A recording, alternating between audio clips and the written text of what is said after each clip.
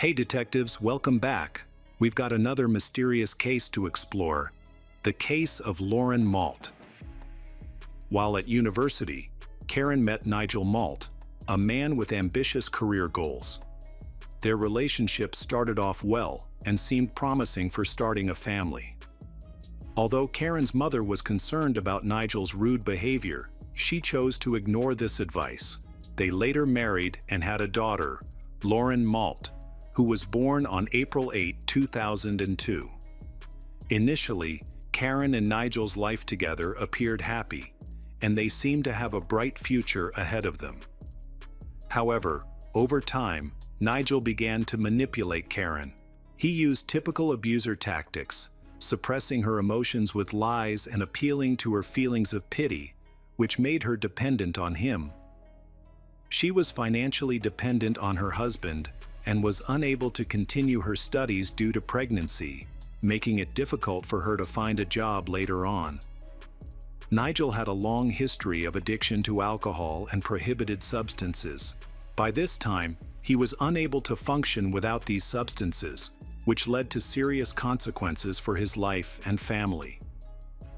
Nigel had been a kind person before, but as his addiction worsened, his personality changed dramatically.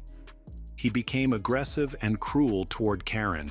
Nigel's violent outbursts increased, and he began to take his anger out on Karen, eventually leading to physical abuse. Things worsened when their daughter, Lauren, observed the abuse. Despite this, Karen fought hard to save the relationship. By the time she could no longer take it, they had 4 children together. The thought of divorce was terrifying, especially with a long legal battle ahead. Their joint assets were minimal, and the prospect of being a single mother to 4 children worried Karen. She was particularly stressed about child support and custody, fearing that her husband Nigel might try to gain custody of the children just to hurt her. At this time, everyone was tired of Nigel's irresponsible behavior. He used to earn money and support his family, but now he had started to waste almost all of his income on alcohol and prohibited substances. Karen was very concerned about the impact this had on their children, who were growing up in fear. Their father drank every day and often abused their mother in front of them. This situation could not go on forever, but Karen was patient for a long time. Despite her family and friends urging her to leave him, she stayed for the sake of her children. It became clear that Nigel could not change. Karen decided to talk to Nigel about getting a divorce, which led to another angry outburst from him.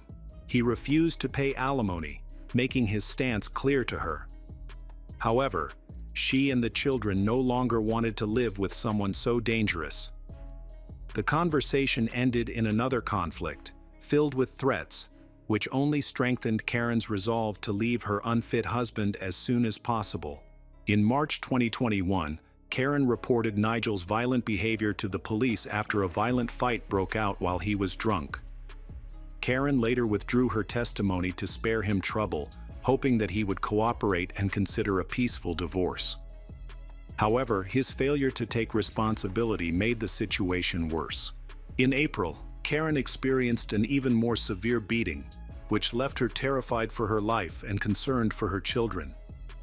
Realizing she needed to take action to end the abuse, she contacted the police again to report the domestic violence. Taking advantage of the moment Nigel was taken to the police station, she decided to escape with her children to her mother's house. However, he posted bail and was released while awaiting further legal action.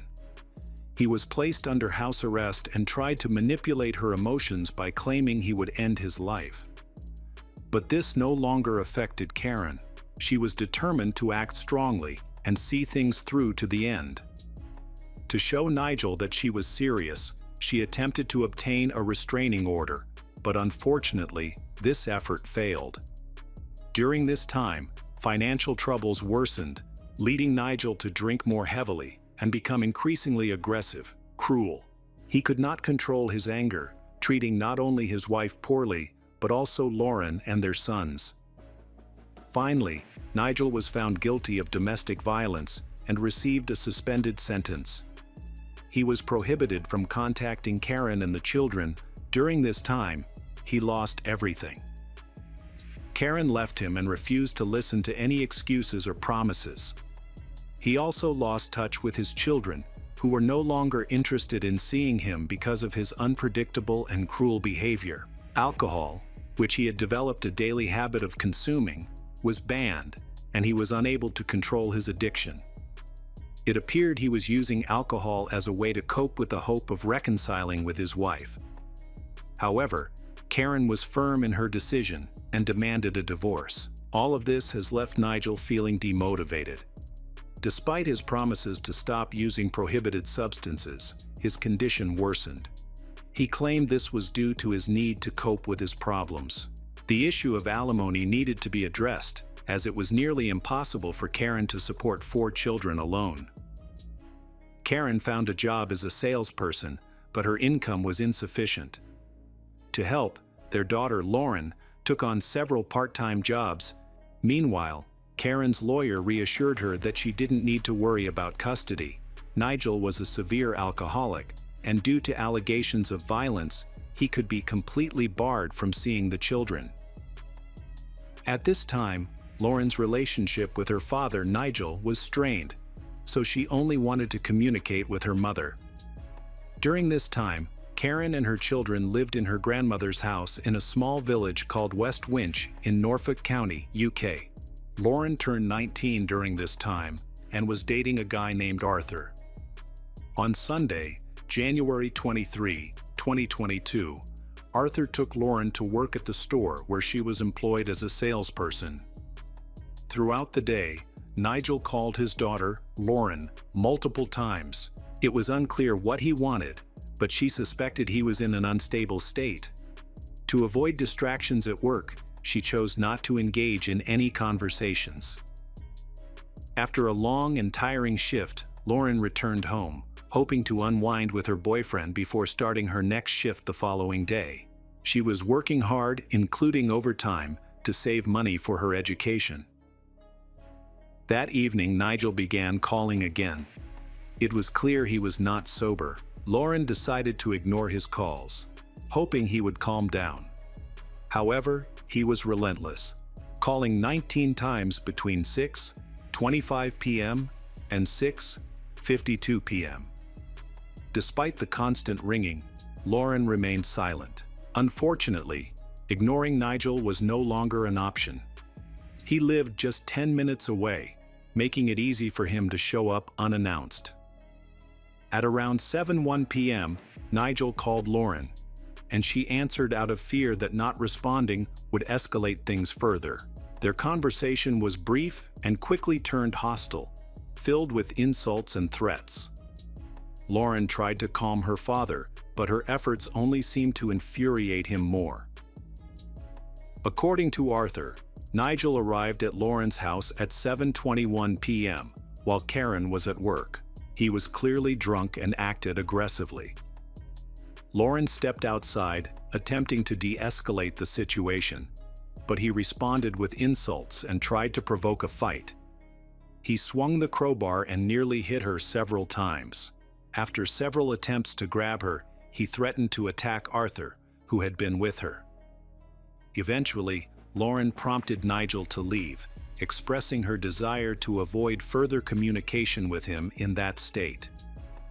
Lauren attempted to get Nigel into the car to make him leave, but unexpectedly, he began screaming again. He jumped into his car, and just as Lauren was behind it, he suddenly reversed and ran over his own daughter. He paused for a few seconds, staring at her through the windshield.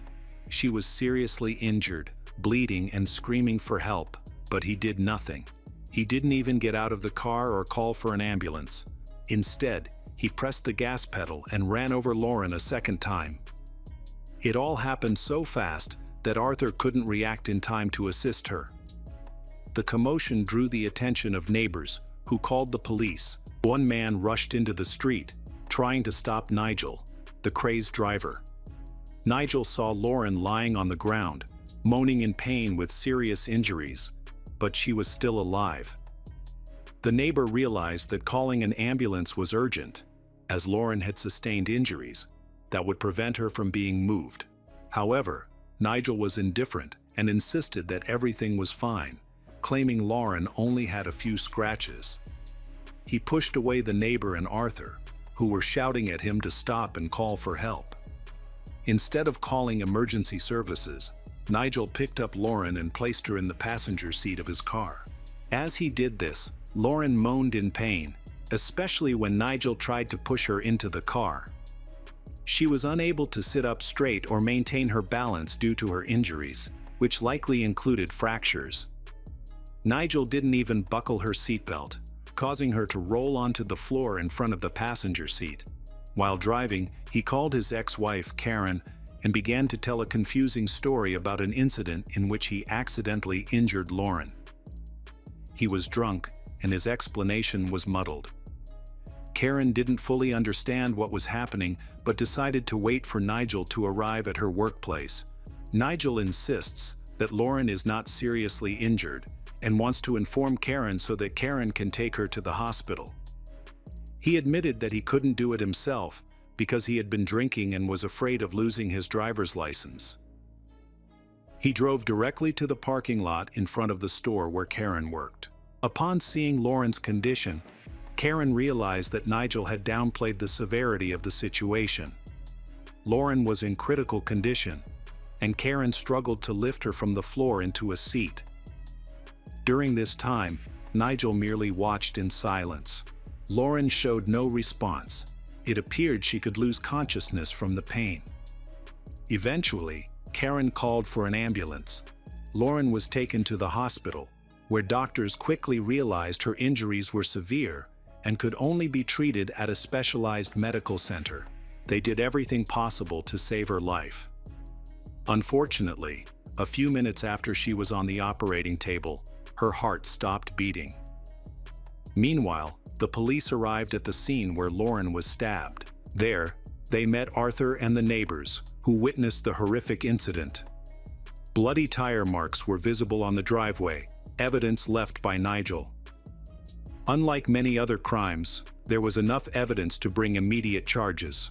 The medical examiner evaluated the injuries of Lauren, who was the victim of a double car crash. She suffered a broken back, which caused her to lose her balance and fall onto the car floor. Her rib cage was severely damaged, multiple ribs were broken, her lungs were torn, and she experienced significant internal bleeding. The traumatic injuries to her chest and abdomen were fatal, as many of her internal organs were crushed or harmed by bone fragments. It was clear that she had been run over by a car, and she might have survived the first collision.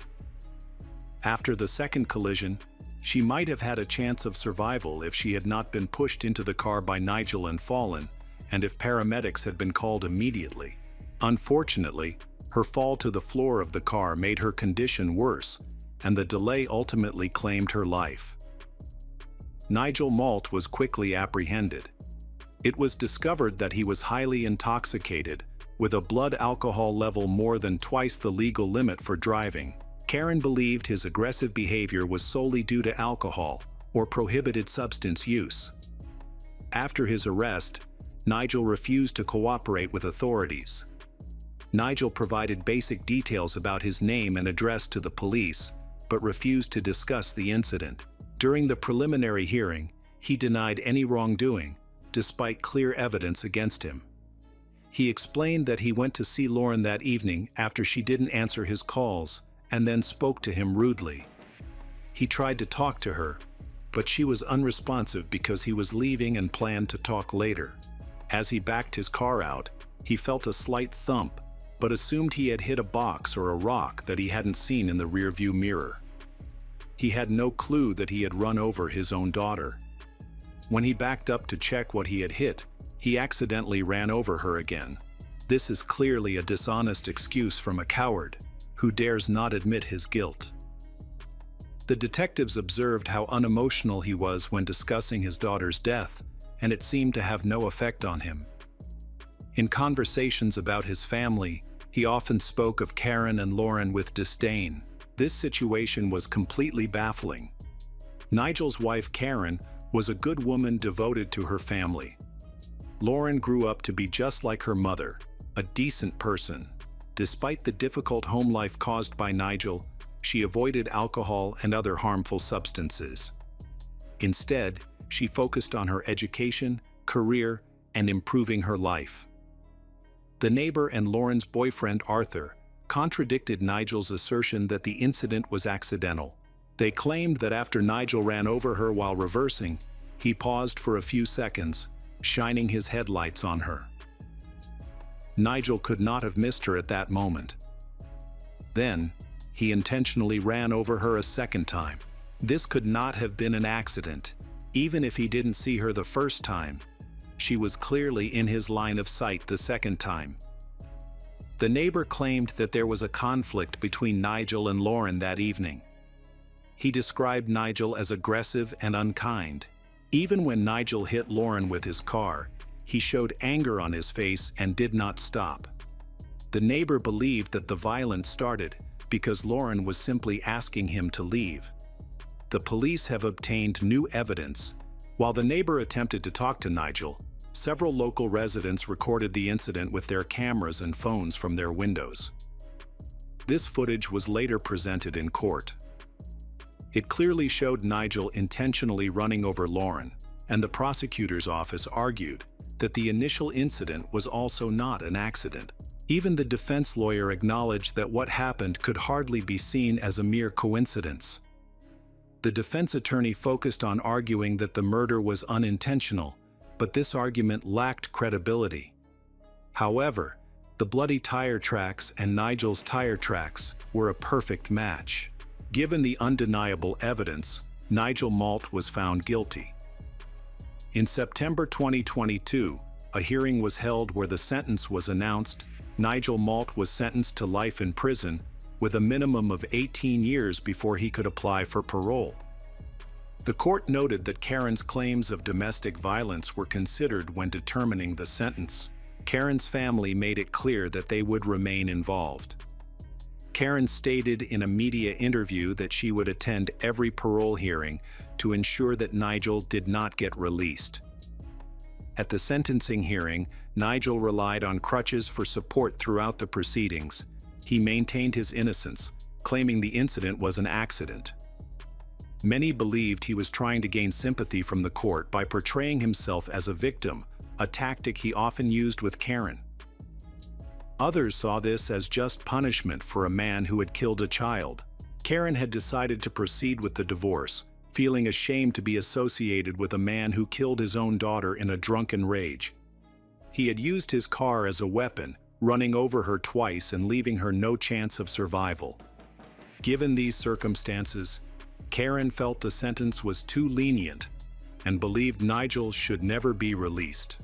Karen argued that he was a dangerous and cruel man who had completely lost control due to excessive drinking and the use of prohibited substances. She warned that if he were released, he would continue to kill. It was only a matter of time.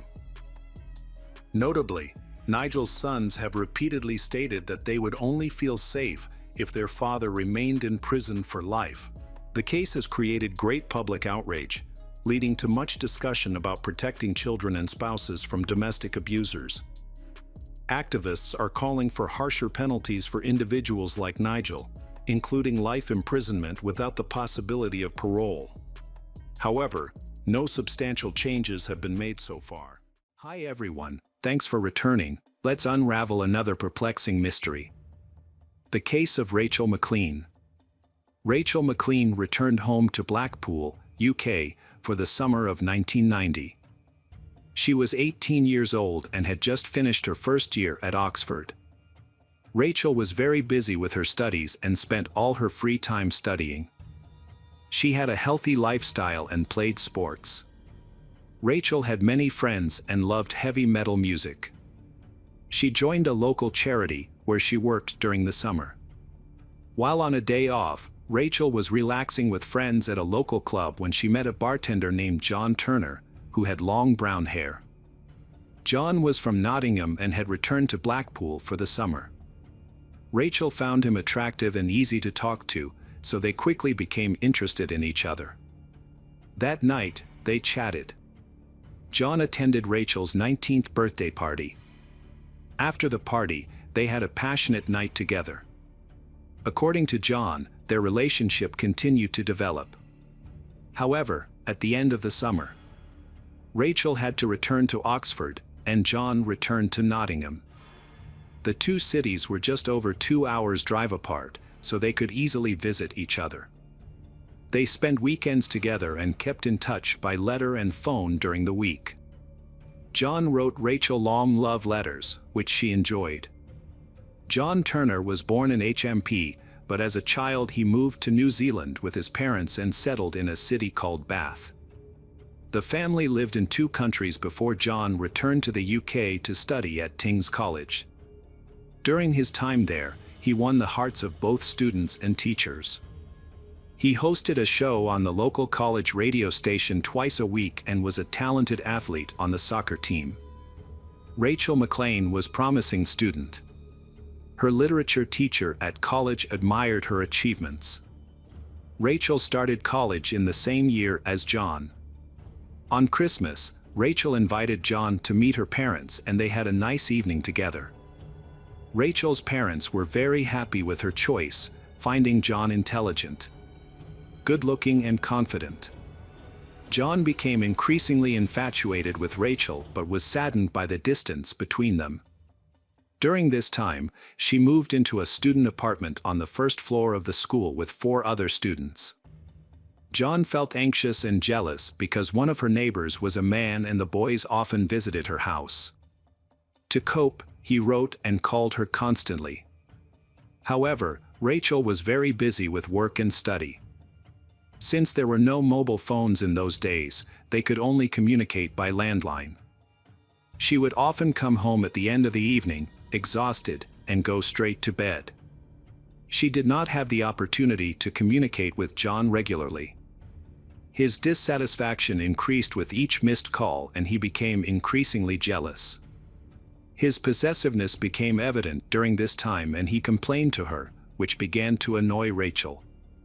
On February 11th, she sent him a Valentine's card, calling him the only love of her life. However, around that time, she wrote in her diary about her lover in very unflattering terms. It seemed that she had doubts about whether John was the person she could spend the rest of her life with. On Valentine's Day, John proposed to her, but she unexpectedly refused, which shocked him. She explained that she was not ready. John said that he understood and would wait. They continued their relationship, calling each other occasionally and rarely seeing each other.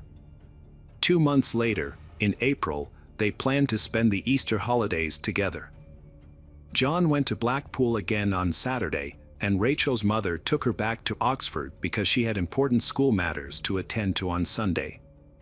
They planned to have a quiet day together at her student flat, as it was their last weekend before Rachel's exams. Rachel spent a lot of time preparing for her exams. While she was studying, her boyfriend was watching football in the living room because he was a Nottingham fan. That weekend, the team played in the FA Cup semi-finals, so the next day John got on the train and returned to Nottingham. There was no one in the student flat all week because the young people had gone home for the holidays. Everyone wanted to spend time with their loved ones because they wouldn't have the chance until the end of the year. By Monday, her roommates began to return, eager to see Rachel and hear about her weekend. However, Rachel was missing. Her room was empty, the windows were open, but nothing else seemed out of the ordinary. The students assumed she was busy with other activities. On Wednesday, her boyfriend, John, tried to call her, but she did not answer. They had planned to stay in touch, but Rachel did not return his calls. John assumed that she was busy and did not want to bother her. However, after 2 days of silence, which was unusual since their relationship had only recently improved, John began to worry. He called again, but still received no response. The next day, he tried again, but was unsuccessful. There was no social media at the time, so John left a message on her answering machine. But she remained silent. He also sent her a letter by regular mail, which he sent as soon as he got home. The letter arrived in New Mexico on Thursday, and John thanked Rachel for a wonderful weekend and wished her luck with her exams. On April 19, 1991, 19-year-old Rachel failed to show up for her exam, which was especially worrying because she had been studying hard and the exam was extremely important to her. When the exam proctors tried to contact her, they were unsuccessful. Her parents also had no idea where she was, prompting them to report her missing to the police. The Oxford police were initially skeptical. They received dozens of missing student reports each month because parents went to the police station after parties. In 99% of cases, teens sobered up from drinking and returned to school within 24 hours. But that was not the case. This diligent student had been missing for days and had not been heard from at all. None of her friends knew where she was, so the police became interested in what had happened. They immediately went to the apartment where Rachel had gone missing. Detective Susie Krug was looking for information about the students who had been in the same room as Rachel. Victoria Clare, Margaret Smith, Sarah Hume, and John Forby. The friends immediately pointed to Rachel's boyfriend, who was annoying everyone with his jealousy. They showed a letter he had sent from Nottingham around the time Rachel went missing. The neighbors also confirmed that John Turner was the last person Rachel had been in contact with. The room they checked showed no signs of forced entry, robbery, struggle, or blood. Everything was in its place. The police found Rachel's diary, which might contain important clues. The police began to study the contents of the diary. They knew that John was possessive and jealous of his girlfriend, wanting to know her whereabouts and presence at all times. This behavior gradually began to annoy Rachel. Their conflicts often arose over this issue. On April 22, police met with John Turner, 22. During the conversation, John expressed concern about his missing girlfriend. He was asked to describe his activities during the time Rachel went missing. John mentioned that they had a great weekend together and that everything was fine before they broke up. He said that he woke up early, showered, and that they had sex in the afternoon. After lunch, they went to Oxford Station together at around 4:15 p.m., taking a bus. They had a few hours before their train arrived, and while waiting, they bumped into a friend of Rachel's at around 5 p.m. The three of them went to a local coffee shop and had coffee. Rachel's friend was described as a dark-skinned man with long hair, wearing ripped jeans and a black jacket. He was similar in appearance to John, except for his dark skin. John admitted that he could not remember the man's name because they had just met and he did not expect to become friends with him. According to John, the man offered to drive Rachel home in his car. She agreed, and then John and Rachel said goodbye. John returned to Nottingham, while Rachel went with her friend to her apartment. However, John's story about the man was very suspicious. The police suspected that John was lying, and he quickly became the prime suspect in Rachel's disappearance, as she had been missing for a long time, leading to concerns that she might be dead or imprisoned. Urgent action was needed. First, it was important to learn more about the prime suspect, as he was the last known person to have had contact with Rachel, and his story about a black man needed further investigation. Rachel's disappearance left everyone baffled because none of her roommates or friends remembered her having such a friend. In order to gather more witnesses, the police shared information about the case. From the beginning, there was no reason to think that she had run away. The police first checked this possibility by talking to Rachel's family and friends. Rachel had no problems with her loved ones, friends, studies, or personal life. She was eagerly preparing for exams, which made it impossible for her to not attend. Rachel never complained about any problems, nor did she suffer from drug addiction or mental problems. People like her usually do not run away, and all of her belongings were left untouched. This allowed the police to rule out the possibility that she had run away on purpose. The police were skeptical of John's testimony and assigned a police officer to approach him and gain his trust. The officer's job was to observe John's reactions and behavior while updating him on the investigation. From the beginning, the officer suspected John of lying to them, noticing that he became nervous when talking about Rachel, despite his attempts to hide it. Despite these suspicions, a week of surveillance did not reveal any useful information to help the case. Meanwhile, the police were searching the neighborhood for witnesses, K9 units were working with dogs, and divers were examining local waters. Several people remembered seeing John, but no one could confirm that he had left the house with Rachel. In addition, he had not been behaving suspiciously, so this witness's testimony did not add anything to the search. During this time, John continued to cooperate with the investigation.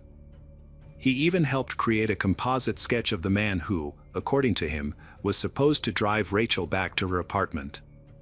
John believes this friend was responsible for her abduction. It has now been 2 weeks and police believe she is no longer alive. No ransom demands have been made, ruling out kidnapping as a motive. Search teams, including police, rescue workers, and volunteers, have scoured a large area around Oxford, including drains and boating holes, but their efforts have been in vain. The police examined Rachel's diary and discovered her true feelings for John, a disturbing mix of hatred and pity. She expressed that she was unable to confront him directly or leave because she was afraid. Rachel had no genuine feelings for John, and her Valentine's Day gestures were more like a duty than a genuine expression of love. She knew that John was unstable and prone to losing control when angry. Afraid to face this reality, she admitted that their closeness was harmful and needed to end. In stark contrast, John described their relationship as happy, often emphasizing their frequent sexual activity during interrogations. Meanwhile, Rachel wrote of her disgust for him but felt powerless to stop their closeness. The police believe he may have killed her after reading her diary and discovering her true feelings, but more evidence is needed to prove his guilt. John has been actively cooperating with the investigation.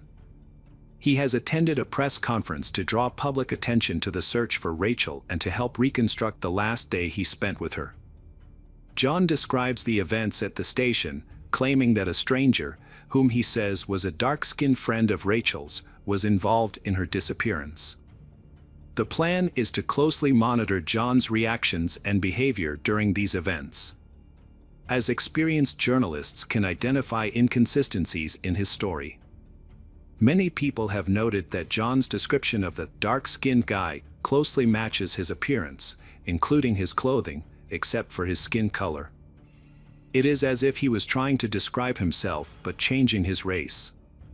In addition, the public took note of John's strange reactions when asked if he thought Rachel was still alive. He vaguely stated, in his heart, he wanted to think so, which further aroused suspicion among the conference attendees. Throughout the conversation, the guy's smile never seemed to disappear. This event greatly promoted the investigation into Rachel's disappearance. Several random witnesses who were watching the press conference on television clearly remembered the events of the day the girl disappeared at the train station. They contacted the police, saying that only John was at the cafe at the station, there was no girl or anyone else with him. Among the witnesses was a man sitting at the next table. He noticed that John seemed very nervous while drinking coffee, constantly looking around and startled. According to this witness, at one point, John took out a piece of paper and started writing. Perhaps Rachel was no longer alive at that time, and John began writing the same letter he had sent immediately after arriving in Notting. All this was done to create an alibi for himself. It has been established that John and Rachel went to the station together by bus, although there were no cameras there at that time. However, during that time in the city, all passengers who boarded the bus and paid for their tickets were monitored by special electronic devices. It was impossible to ride without paying. When checked, it was discovered that Rachel had not paid for the trip, which showed that she was not with John and could not have been there that day. Therefore, John lied. The reason for his lie remains unclear, and it is still unknown where Rachel's body could be. Police suspected that her remains might still be in the student apartment or somewhere on campus.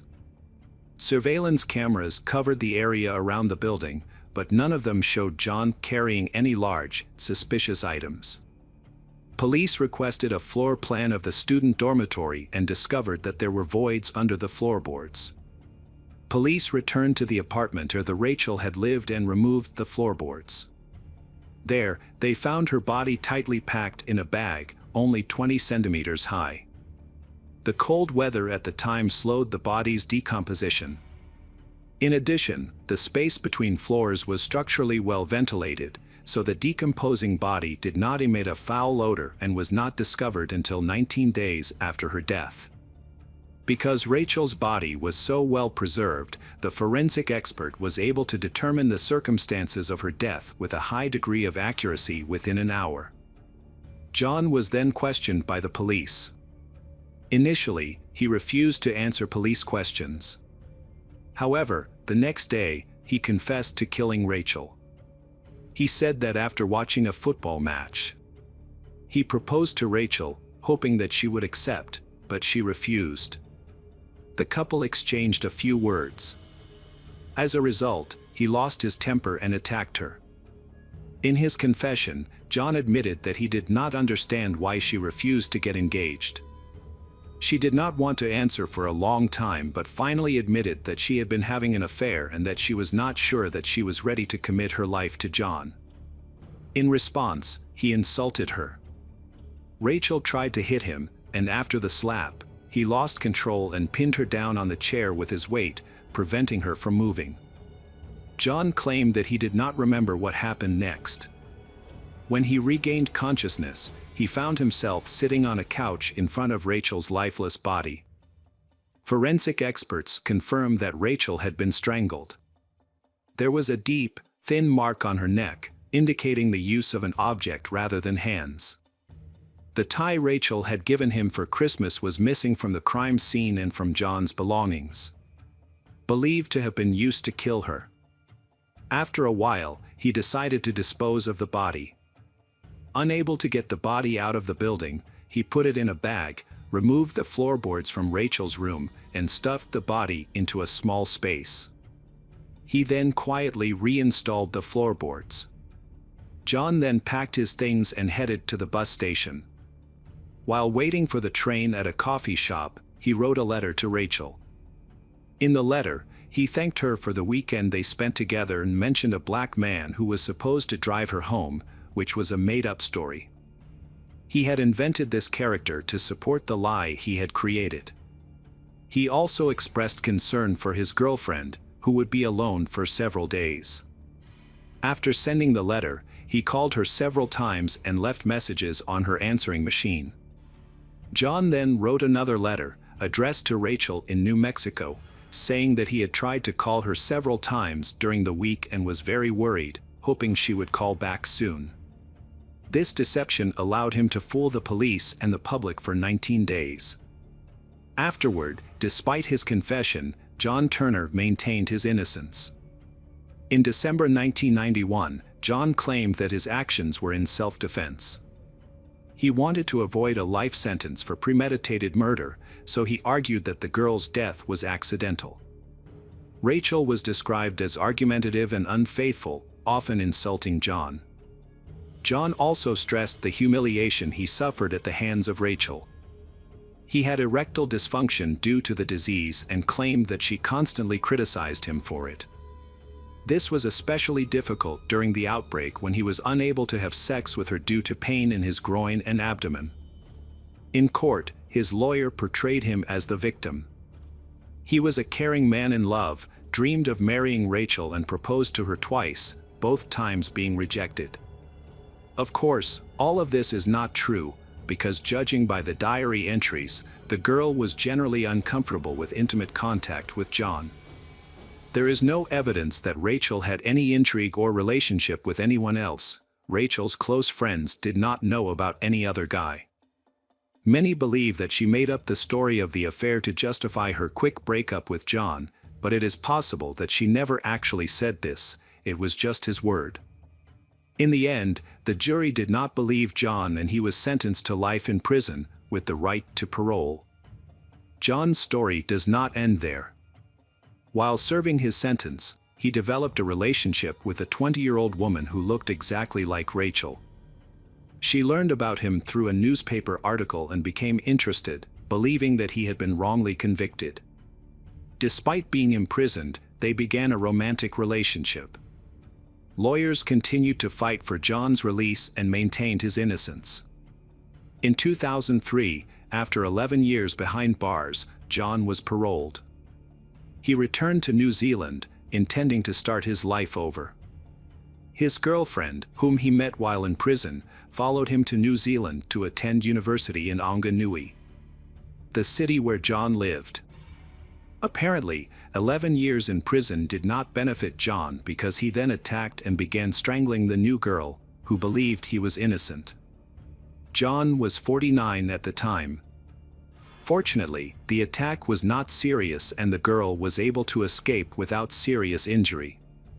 According to several witnesses and victims, John had lost control of his temper several times in the 6 months leading up to the incident.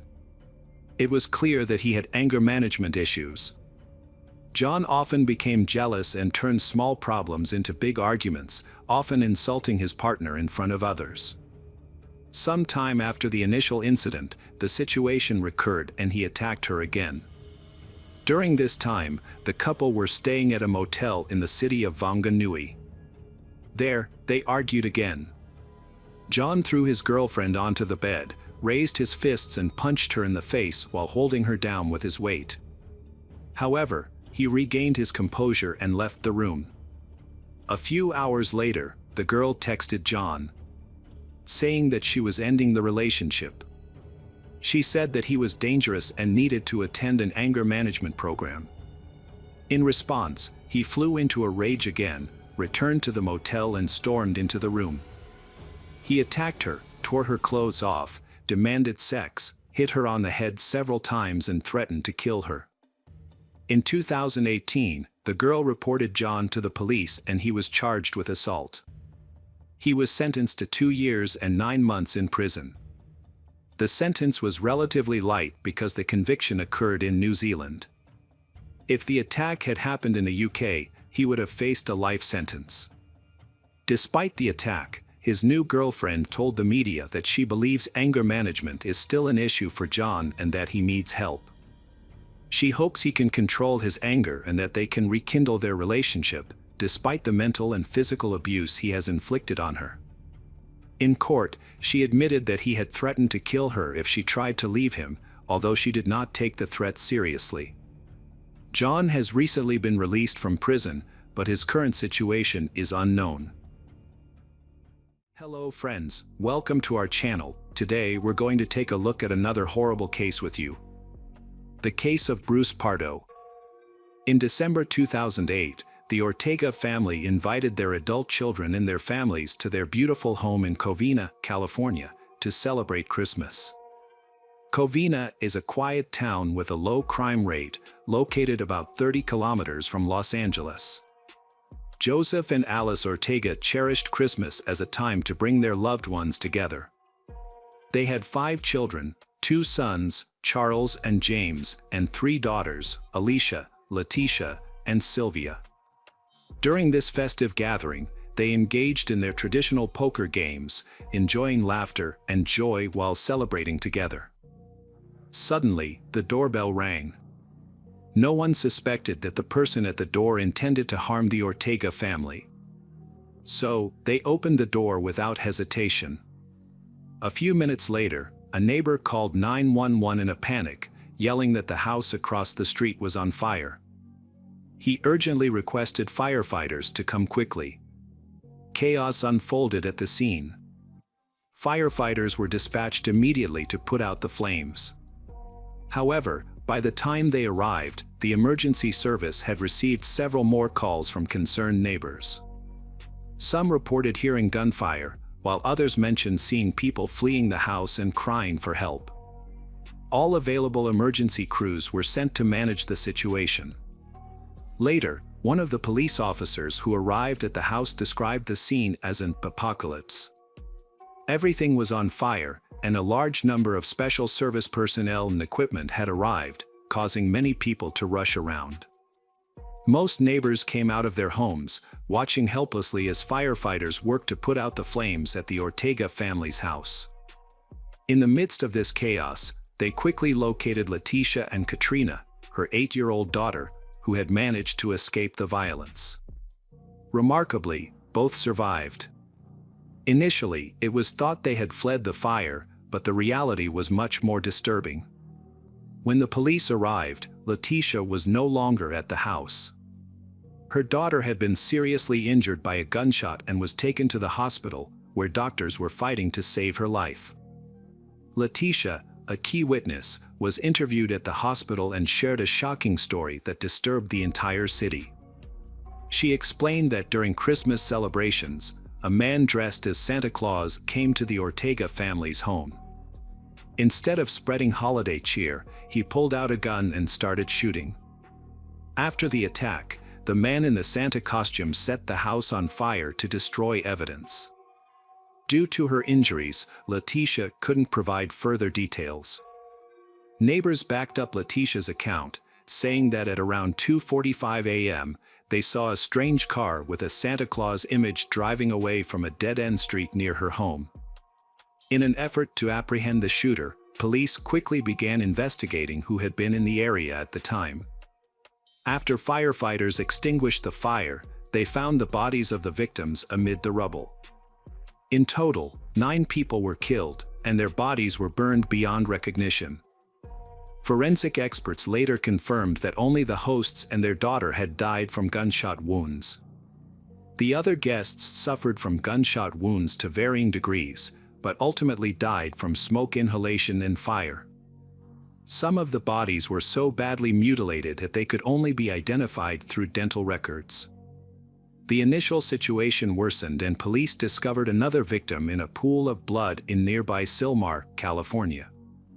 Bruce Pardo was found dead by his brother, who had just returned from a Christmas party. Upon the police's arrival, they discovered 40-year-old Bruce had a single fatal gunshot wound to the head. Police initially thought Bruce ended his own life, as a 9mm pistol was found lying on his knees, with another gun lying on the floor next to him.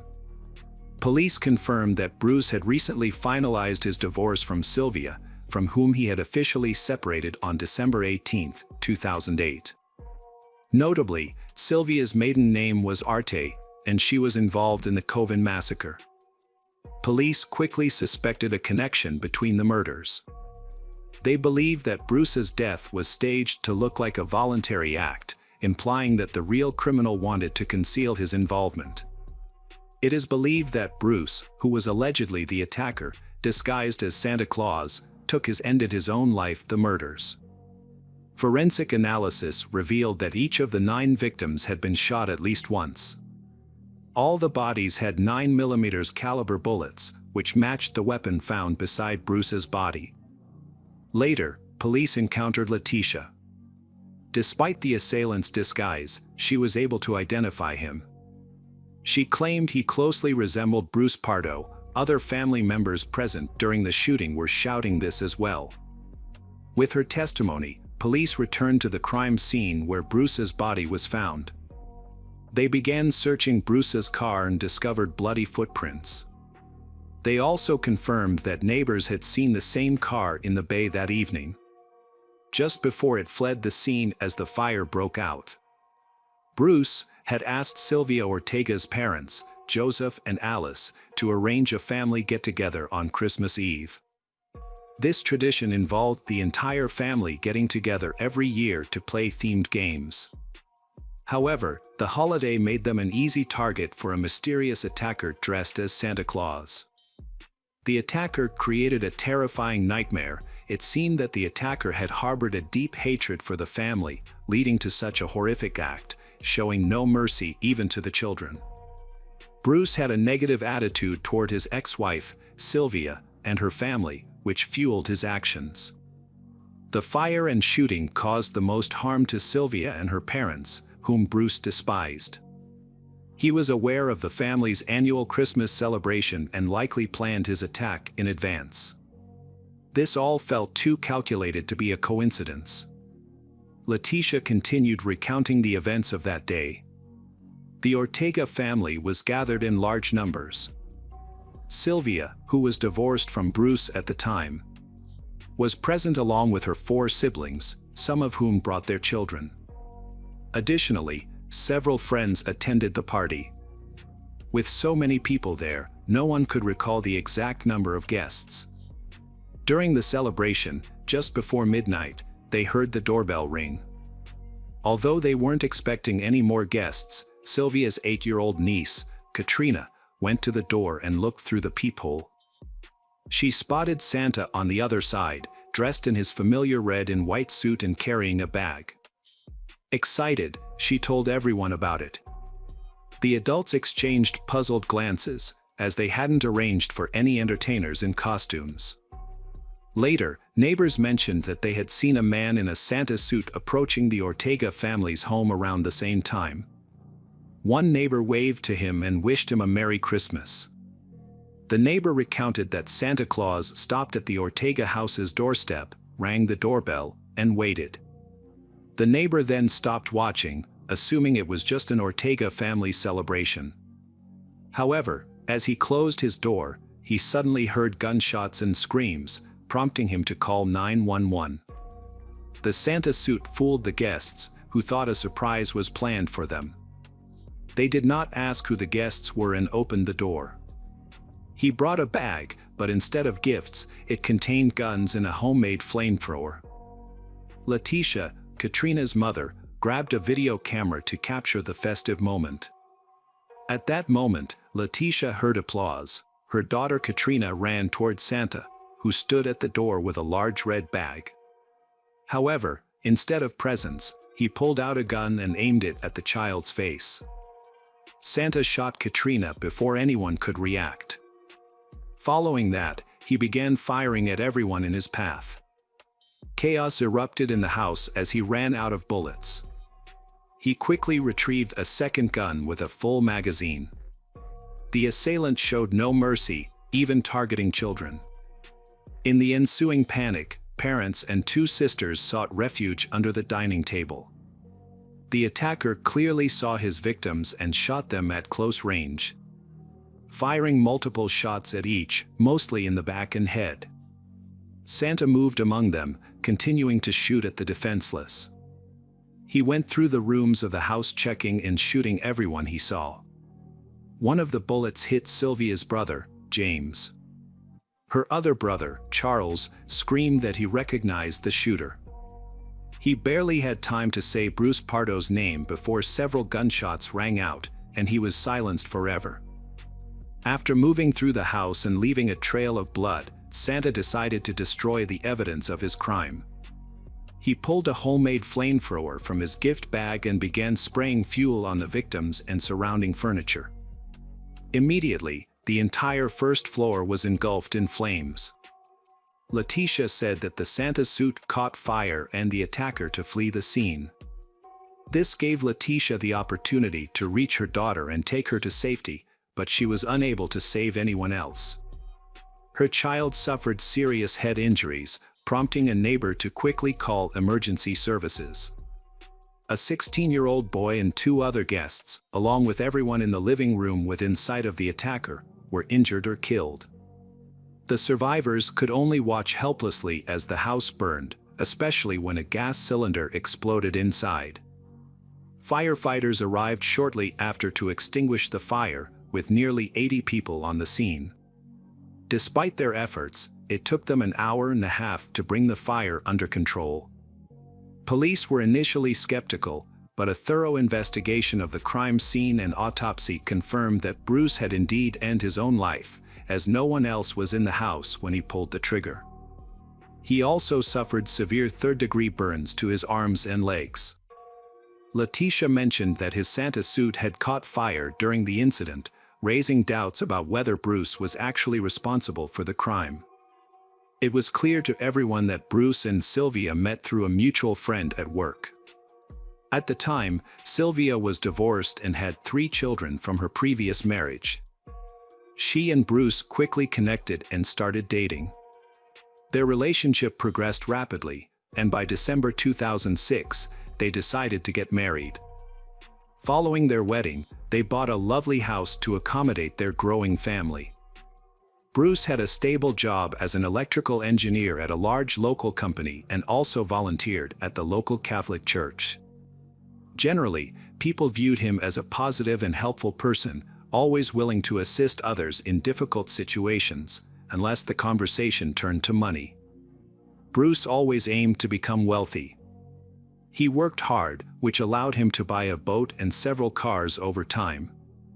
With their good income, he and his wife were able to purchase an expensive house with a mortgage, making their first payment together. However, since the house was located in a high-end area, their relationship began to suffer. By 2007, Sylvia started to voice her frustrations more often, feeling overwhelmed by the responsibilities she had to shoulder. She worked and earned a good salary while also raising 3 children, whom Bruce did not help with. Despite this, he took on most of the financial responsibilities for repaying the mortgage. Sylvia felt that Bruce did not contribute enough to their common goals. Despite this, she still took care of his dog. They had a joint savings account, but she believed that she did more to support them financially. Conflict arose over money because Bruce was stingy, which frustrated Sylvia. They had originally agreed that Sylvia would support her 3 children from a previous relationship, so Bruce refused to spend money on them. At first, their family life was relatively stable, but Bruce's greed soon began to annoy Sylvia. She expected their savings to total around $88,000. In 2007, when she checked the account, she discovered that Bruce had transferred all their savings to his personal account, leaving only $9,000. This incident significantly strained their marriage. Later, Sylvia learned that Bruce had been unfaithful throughout their marriage. From the beginning, he insisted he didn't want children and denied being a father until Sylvia found out from his mother that he had a child. Bruce had a normal childhood. His school years were normal and free of negative influences. He was quite intelligent. As a result, he entered California State University, Northridge. After completing his studies, he took a job as an electrical engineer at a large research company. Bruce excelled in his profession, which brought him recognition and rapid advancement in his career. However, this was not enough for him. Bruce became focused on the earnings of his colleagues and developed jealousy whenever someone made more money than he did. To cope with this, he started claiming more working hours than he actually worked. Those who knew him well described this behavior as an obsession with money. This obsession ultimately resulted in his dismissal when the deceit was discovered. Relatives noted that Bruce struggled with relationships with women. Although he was attractive and dated many, these relationships often ended abruptly. Financial problems were a constant issue in his life. Bruce started dating a colleague named Dea, and they both seemed serious about their relationship, even planning a wedding together. However, financial concerns became a point of contention. Despite having a good income and some savings, Bruce was unwilling to spend money on a lavish wedding, considering it a waste. He preferred a simpler celebration, but Dea, who was set on having a grand wedding, chose to pay for the extravagant event she had always wanted.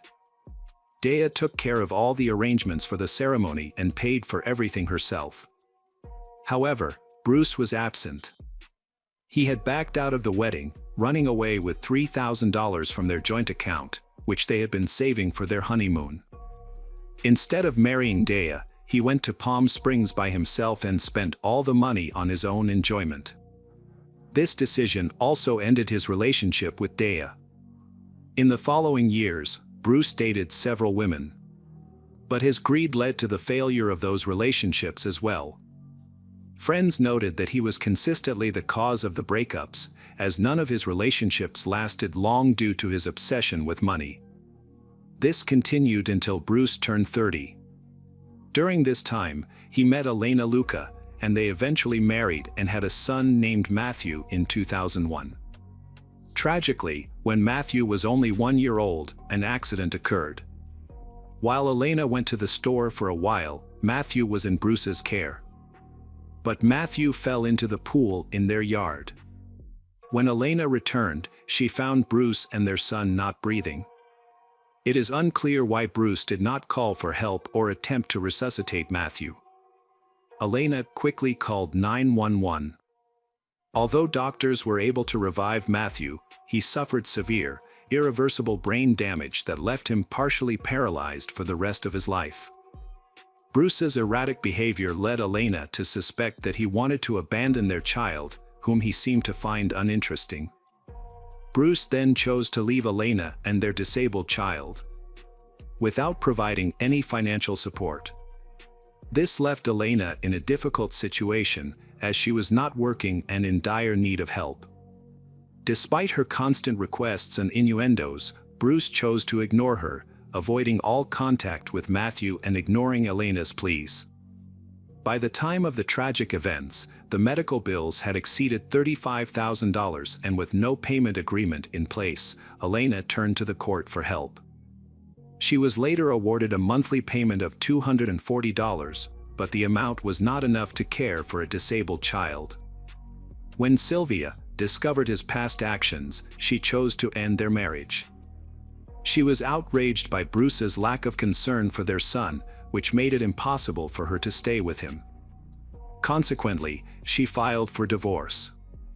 The court ordered Bruce to pay Sylvia a one-time settlement of $10,000, which was significantly less than what he had withdrawn from their joint account. Additionally, he was required to pay monthly alimony. Sylvia also retained her engagement ring and the dog they had adopted during their marriage. The division of their real estate was still being decided in court. Bruce's ideal life began to crumble. Not only did he go through a costly divorce, but he also lost his job, which made his financial situation worse. Accustomed to a high standard of living, he could no longer maintain his previous lifestyle. They believed that during this trying time, Bruce hatched a sinister plan for revenge. Just before Christmas, Bruce purchased 2 handguns, an air compressor, a high-octane flamethrower, and a custom-made Santa Claus suit. He used these items in the murders of the Ortega family on December 24th. After the murders, Bruce contacted the police to report a vehicle parked in front of his Pasadena home. When the license plate was checked, police discovered that the Dodge Caliber had been rented by Bruce Pardo. The vehicle was equipped for long-distance travel, with everything needed for an escape, including a laptop, several sets of clothes, food, and maps of both Mexico and the United States. It is possible that Bruce had planned to flee the country after the murder, but then changed his plans. In the trunk of his car, police discovered 4 pistols with 13-round magazines and about 200 rounds of ammunition. As a result of these events, a tragic array of consequences ensued. 13 children were left without parents. The massacre could have been much worse had the children been present at the Christmas gathering. Following the attack, custody of the surviving children was granted to their uninjured family members. One of the hardest-hit victims was a girl named Katrina, who was shot in the head while greeting Santa Claus at the entrance of the house. Surgeons fought to save her life, and miraculously, they succeeded. However, she endured a long and difficult recovery thereafter. Toxicology tests revealed that Bruce Pardo was under the influence of illegal substances during the attack, which amplified his violent behavior. It also emerged that he had booked a flight for Christmas morning. Given his chaotic mental state, he frequently changed his plans. Just half an hour after the massacre, he purchased a ticket to Canada. His intention may have been to flee. Police later discovered that Bruce had intended to stop in Minnesota, where a close friend lived. In the days before the murders, he had called the friend to express his plans to visit. However, it is still unclear whether Bruce actually intended to make the visit or if it was just a hoax to fool the police.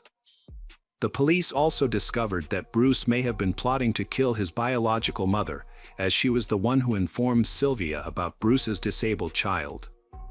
In addition, his mother still maintained a close relationship with Sylvia and the entire Ortega family. She was supposed to be at the Christmas party, but she was sick that day so could not attend, so she escaped death. Despite his controversial nature, those who knew Bruce had never previously witnessed aggression from him. He was typically calm and balanced, albeit greedy and cunning. Police theorized that a tumultuous divorce, financial worries, job loss, and an obsession with money pushed Bruce onto the path of crime. Welcome back, detectives. Let's dive into another horrible case. The case of Amber Dubois and Chelsea King. Amber Dubois had just celebrated her 14th birthday. She was born in December, and both of her parents cherished her. In 1999, her parents separated, and she chose to live with her mother. However, she maintained regular contact with her father, Morris, and visited him later on. Her mother married Dave Cave, and together they had another daughter named Allison. The mother and her daughters shared a strong bond. Amber had a good relationship with her stepfather, whom she regarded as a second father, and he affectionately referred to her as his daughter. They all lived together in Dave's house as a tight-knit family. Amber was a girl who loved reading and writing stories. She eagerly consumed books and was not interested in the typical activities that girls her age usually enjoyed. She didn't care for shopping for makeup and clothes, and boys held no appeal for her at that time. Instead, she was passionate about studying. Amber frequently attended extra classes at school because she had set herself a challenging goal to master the curriculum ahead of schedule, and she was well ahead of her classmates. Her greatest passion was animals. She nurtured this love in many ways, from reading books to visiting various zoos and exhibitions. She adored all creatures, from insects to elephants, regardless of their appearance or size. Amber wrote detailed accounts of her experiences with these animals in her diary. This passion evolved from a hobby into a dream of becoming a marine biologist, focusing on animal behavior.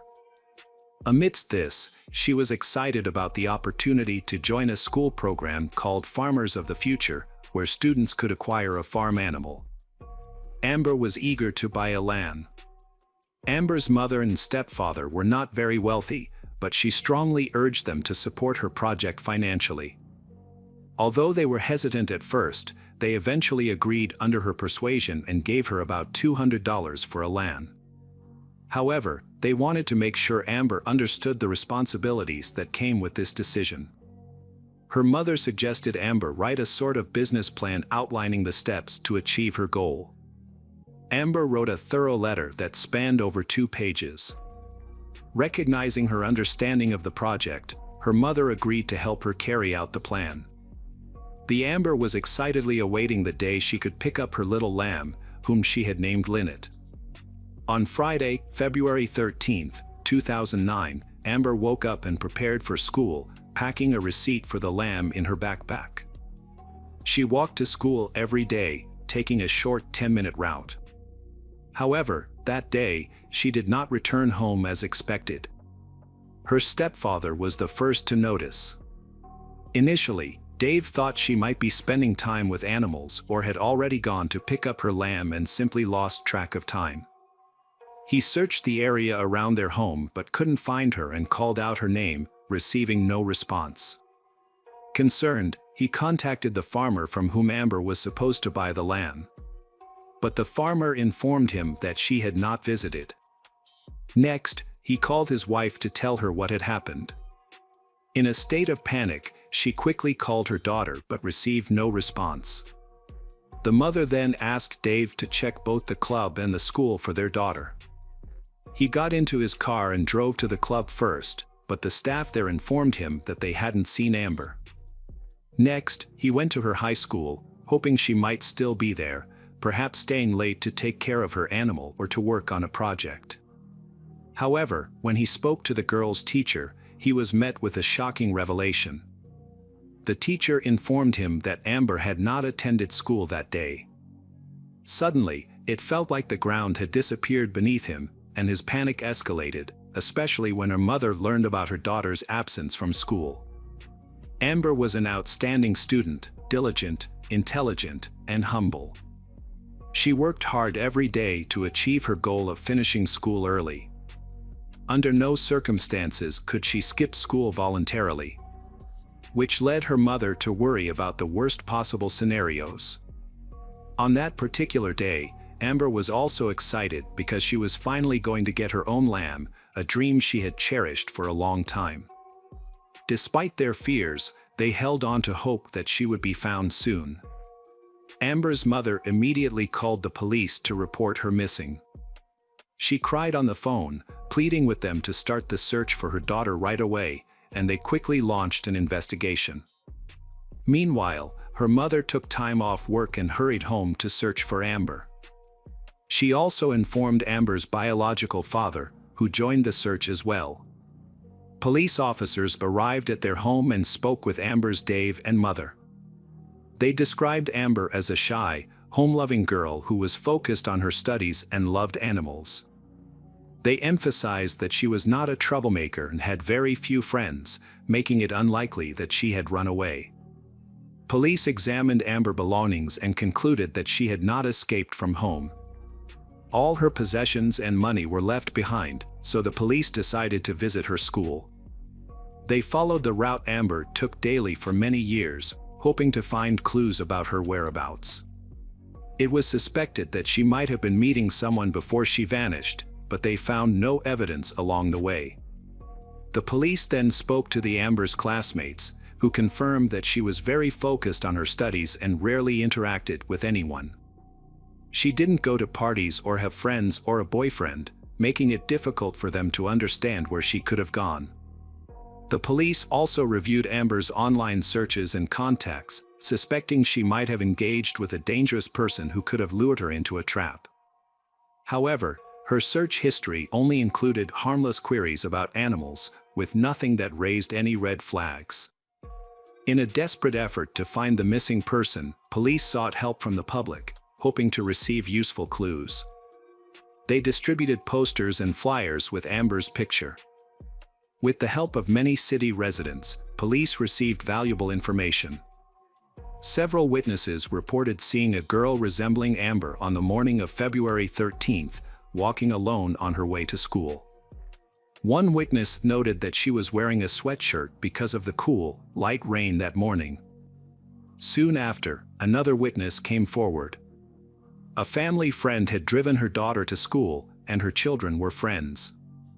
At that time, she saw Amber walking and talking to a boy she did not recognize. The woman chose not to interrupt their conversation and continued driving. She described the boy as having dark skin and a round face, but she could not see him clearly. This was the only clue the police had.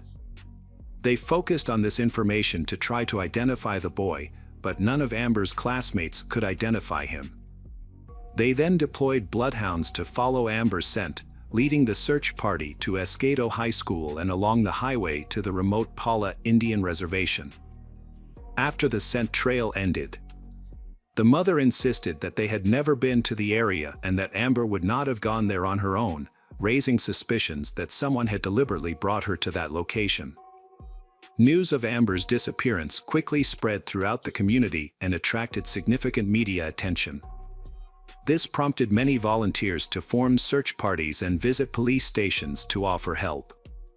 Eventually, the FBI became involved in the investigation.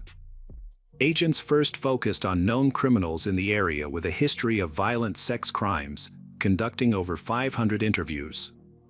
Unfortunately, this effort did not yield any useful information.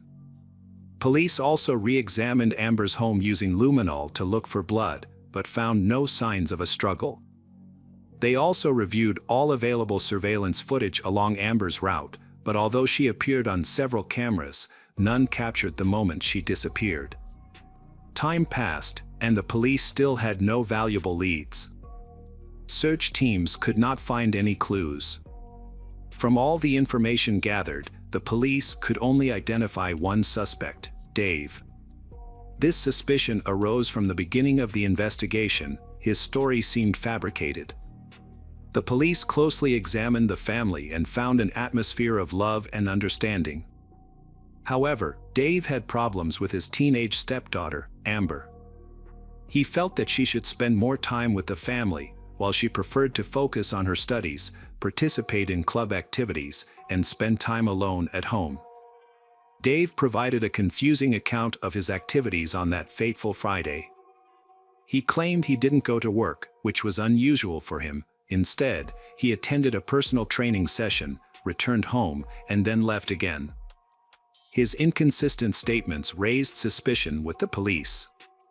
He also visited his wife at her workplace to give her chocolate-covered strawberries as a Valentine's Day gift, an unexpected gesture since it was the first time he had done something like that in their relationship.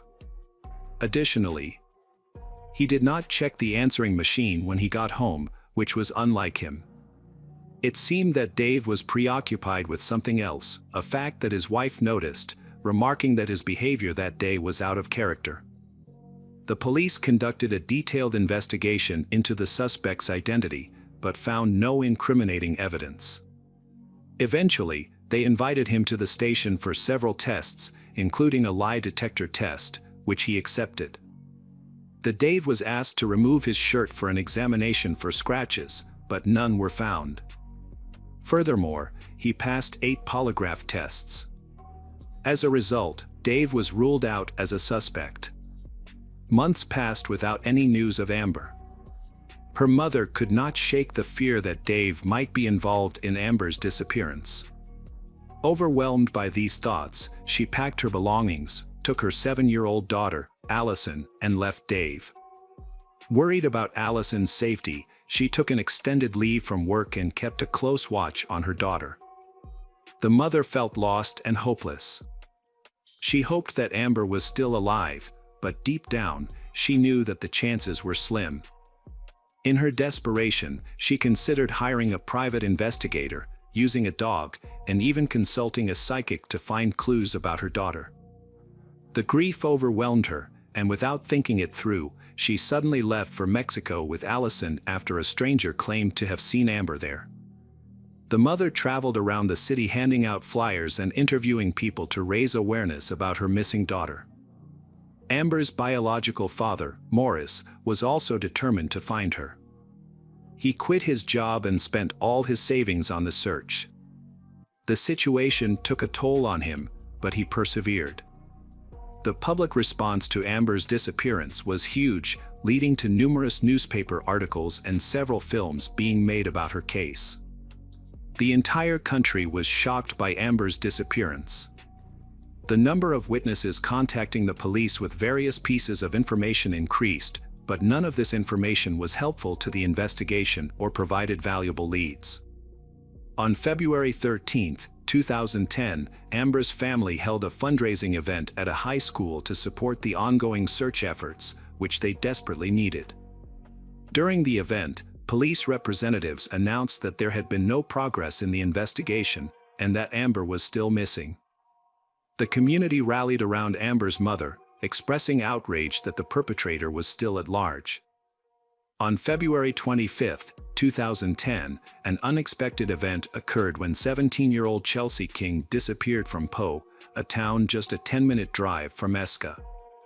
Born in 1992, Chelsea had a younger brother named Tyler and was known for her intelligence, strong academic performance, and love for animals. She aspired to attend college and had already received several invitations, with teachers predicting a bright future for her in the sciences. Chelsea was also an avid runner and was out for a cross-country training run on the morning of her disappearance. However, she never returned home. By midday, her family realized she was missing and couldn't reach her by phone. What worried them most was not just her absence, but that she was ignoring their calls and messages, something she had never done before. Concerned for Chelsea's safety, Chelsea's relatives contacted the police, prompting a large-scale search for her. Police learned from the parents of the Chelsea that she had left home and driven to Burn Ranch Park in San Diego, a well-known spot for walking and recreation. While heading to the park to search for her, Chelsea's parents communicated with the police and provided a statement at the scene. They located their daughter's car parked in the lot, with her phone ringing inside, but Chelsea was missing. Following these developments, many volunteers joined the search efforts. In a wooded area, the Chelsea's socks and underwear were discovered discarded along a path about 3 kilometers from her car. This raised suspicions that a new victim of abduction may have experienced sexual abuse. There had been no news about Amber until her parents learned of this new case. Immediately, they traveled to the park where the incident occurred to assist in the search. Amber's parents believed these cases were related and felt it was their responsibility to support Chelsea's family. They aimed to collaborate in the effort to capture the dangerous criminal threatening the girls. Specially trained dogs participated in the operation, tracking a trail that led to Lake Hodges, situated near the park. This location became the focus of their search efforts. Soon after, they discovered additional items of clothing belonging to the athlete, specifically her sports top and one sneaker. As the search progressed, police reviewed the timeline of events and the most recent crime reports concerning the disappearances of girls.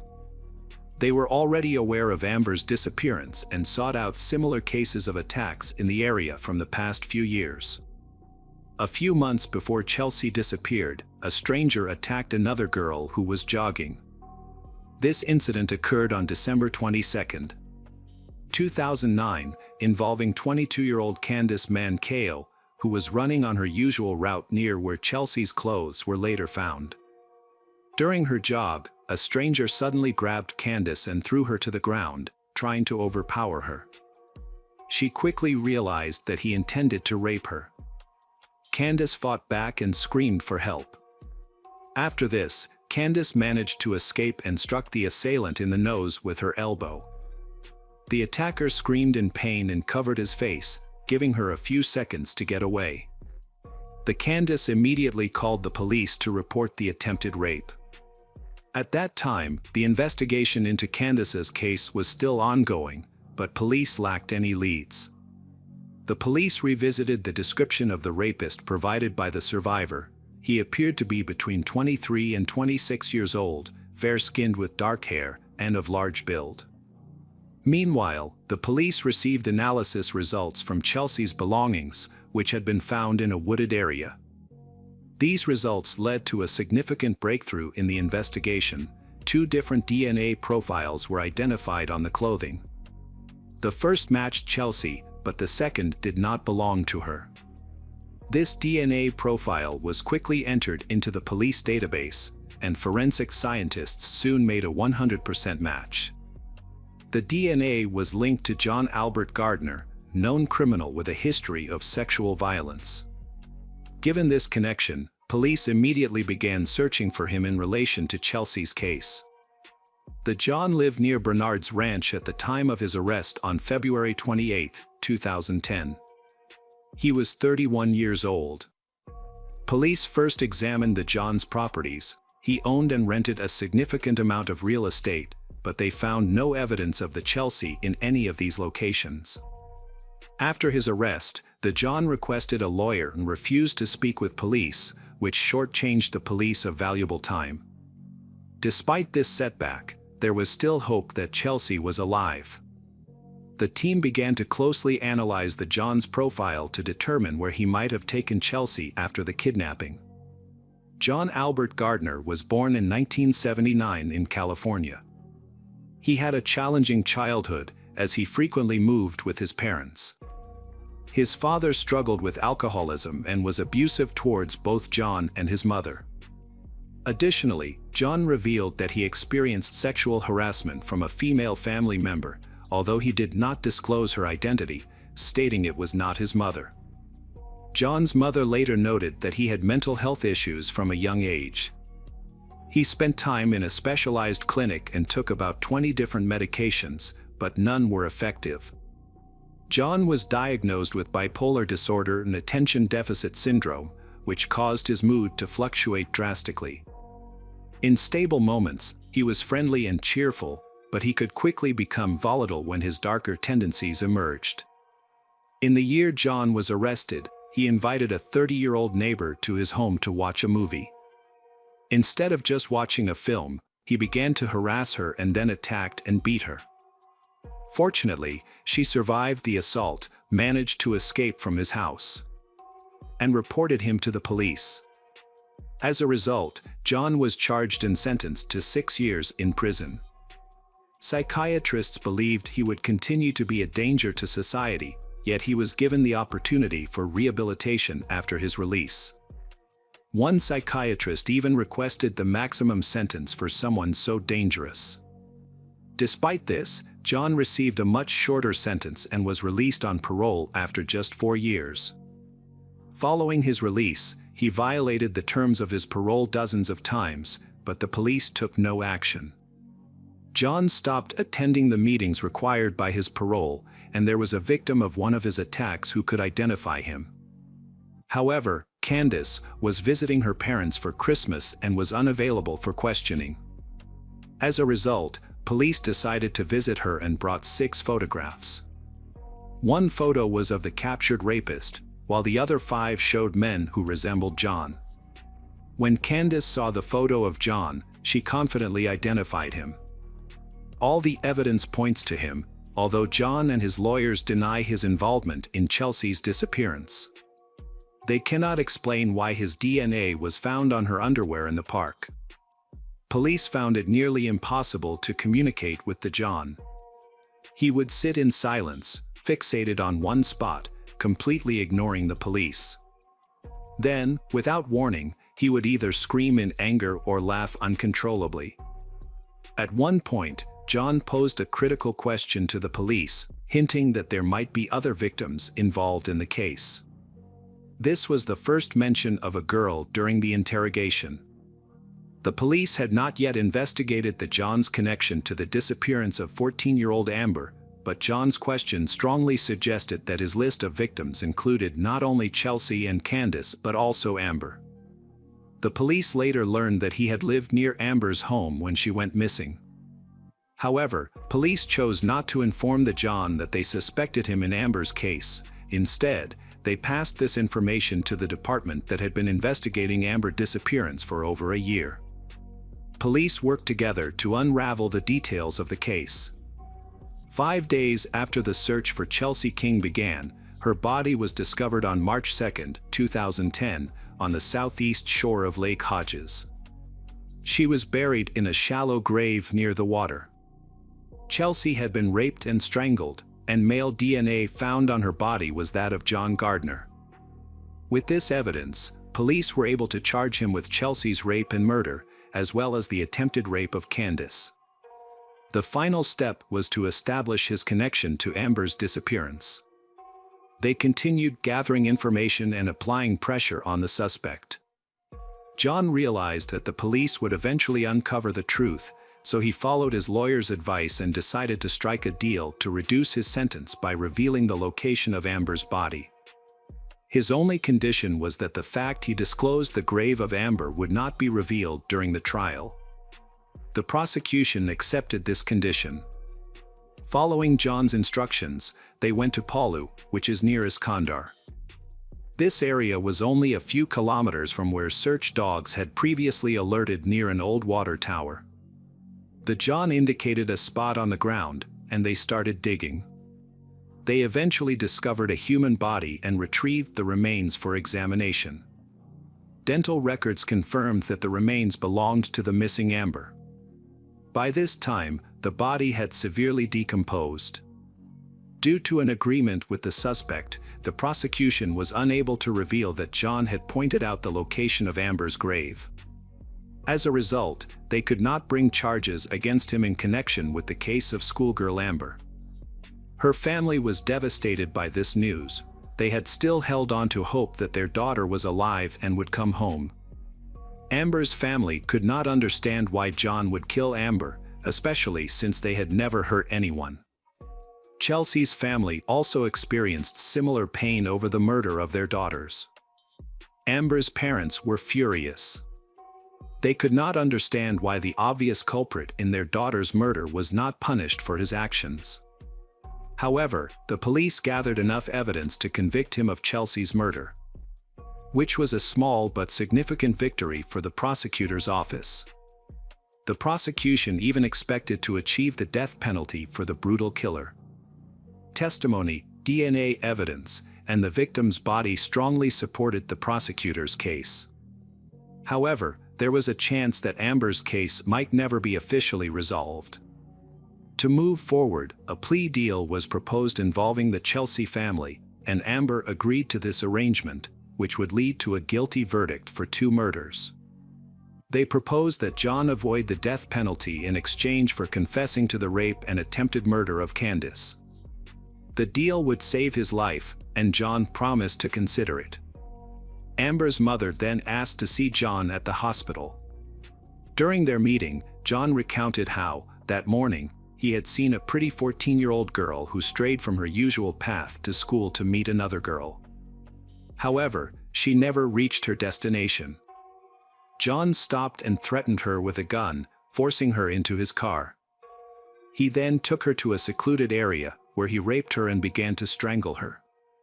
Despite her pleas for her life, he showed no mercy and strangled her, hiding the body afterward. After John finished telling his story, the mother of the Amber stood up and left without saying a word. She was too overwhelmed to respond. She realized that she had been wrong to suspect Dave of kidnapping Amber. That Dave forgave her for her previous resentment and suspicions.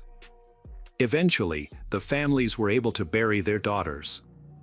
In May 2010, John Gardner received 2 life sentences without the possibility of parole for the murders of the 2 girls, along with an additional 25 years for attacking Candace. John expressed remorse and stated that he felt guilty for his actions. Following this, he began experiencing mental health issues and sought medical treatment. After several years, Amber's mother was finally able to forgive her daughter's killer, which brought her relief and closure. This event had a significant impact on society, leading to changes in legislation regarding sexual assault offenders. Penalties, including fines and prison sentences, were increased, and the requirements for supervision after release were strengthened. Additionally, the conditions for parole for these offenses were reevaluated. Hello again, true crime fans. We've got another mysterious case to explore. The case of Brittany Tovar. Compassion is a valuable quality that not everyone has. It's understandable why some people hesitate to help strangers. Our story today illustrates the potential consequences of compassion mixed with misplaced trust. 45-year-old Brittany Tovar lives far away from her family and doesn't keep in touch. She rarely shares her experiences or seeks advice from loved ones, nor does she receive much support from them. Many people say she is a helper.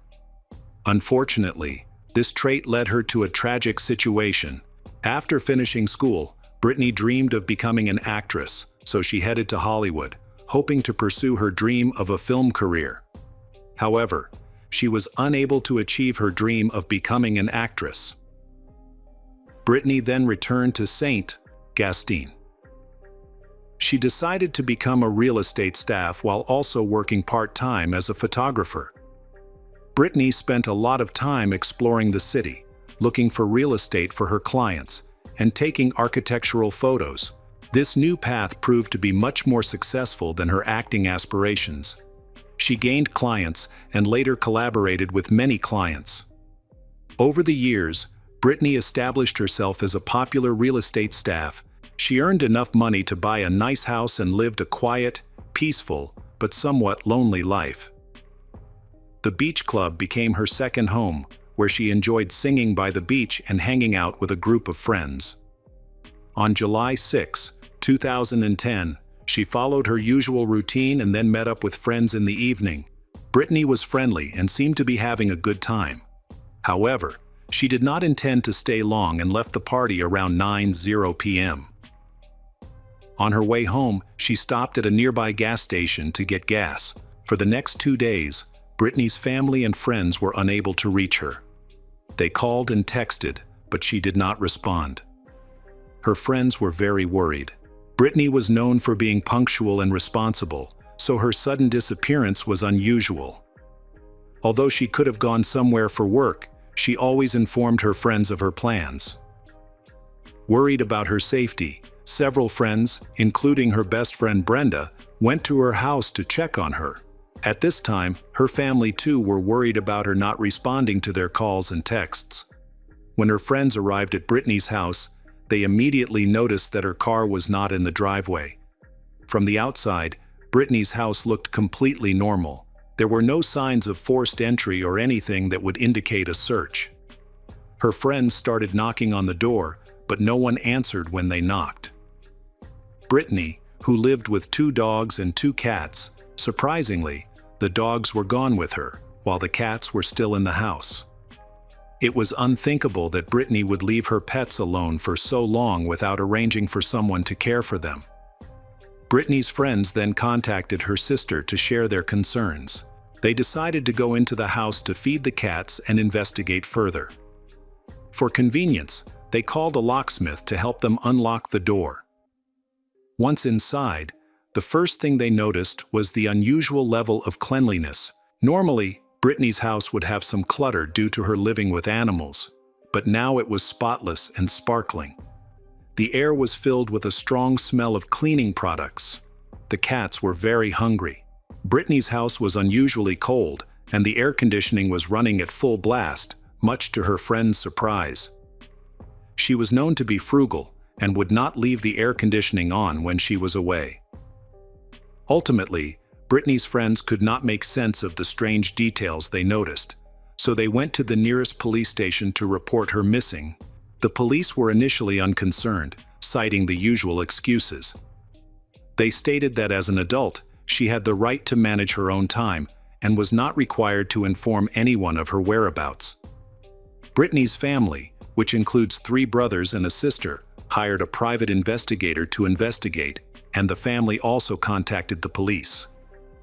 Several police officers went to Brittany's home to assist in the investigation. The police conducted a thorough search, but they found no useful information. When the police looked into her personal life, they learned that Brittany did not appear to have any enemies and had no connections to the criminal world.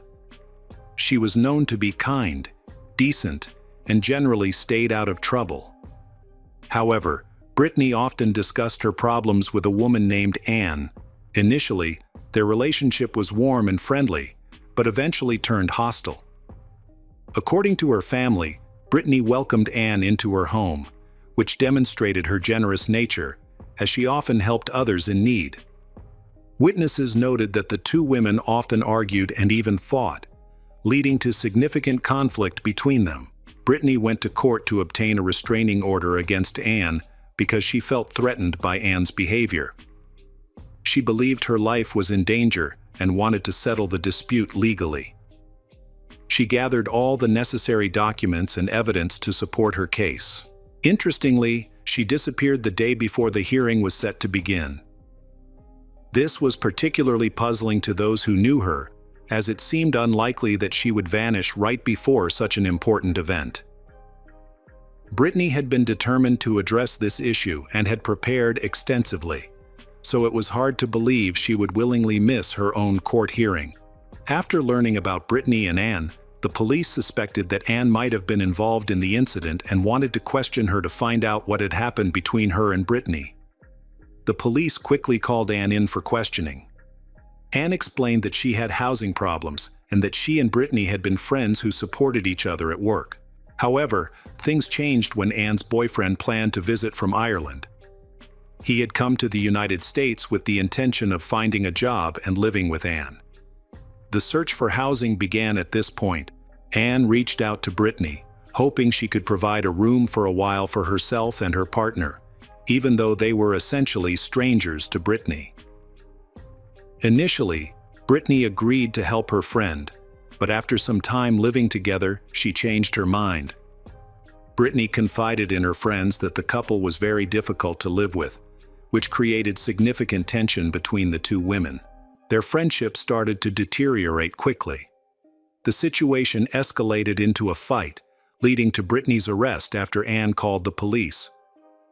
Brittany claimed that the fight occurred because the couple refused to leave her home, and that Anne and her boyfriend attacked her, forcing her to defend herself.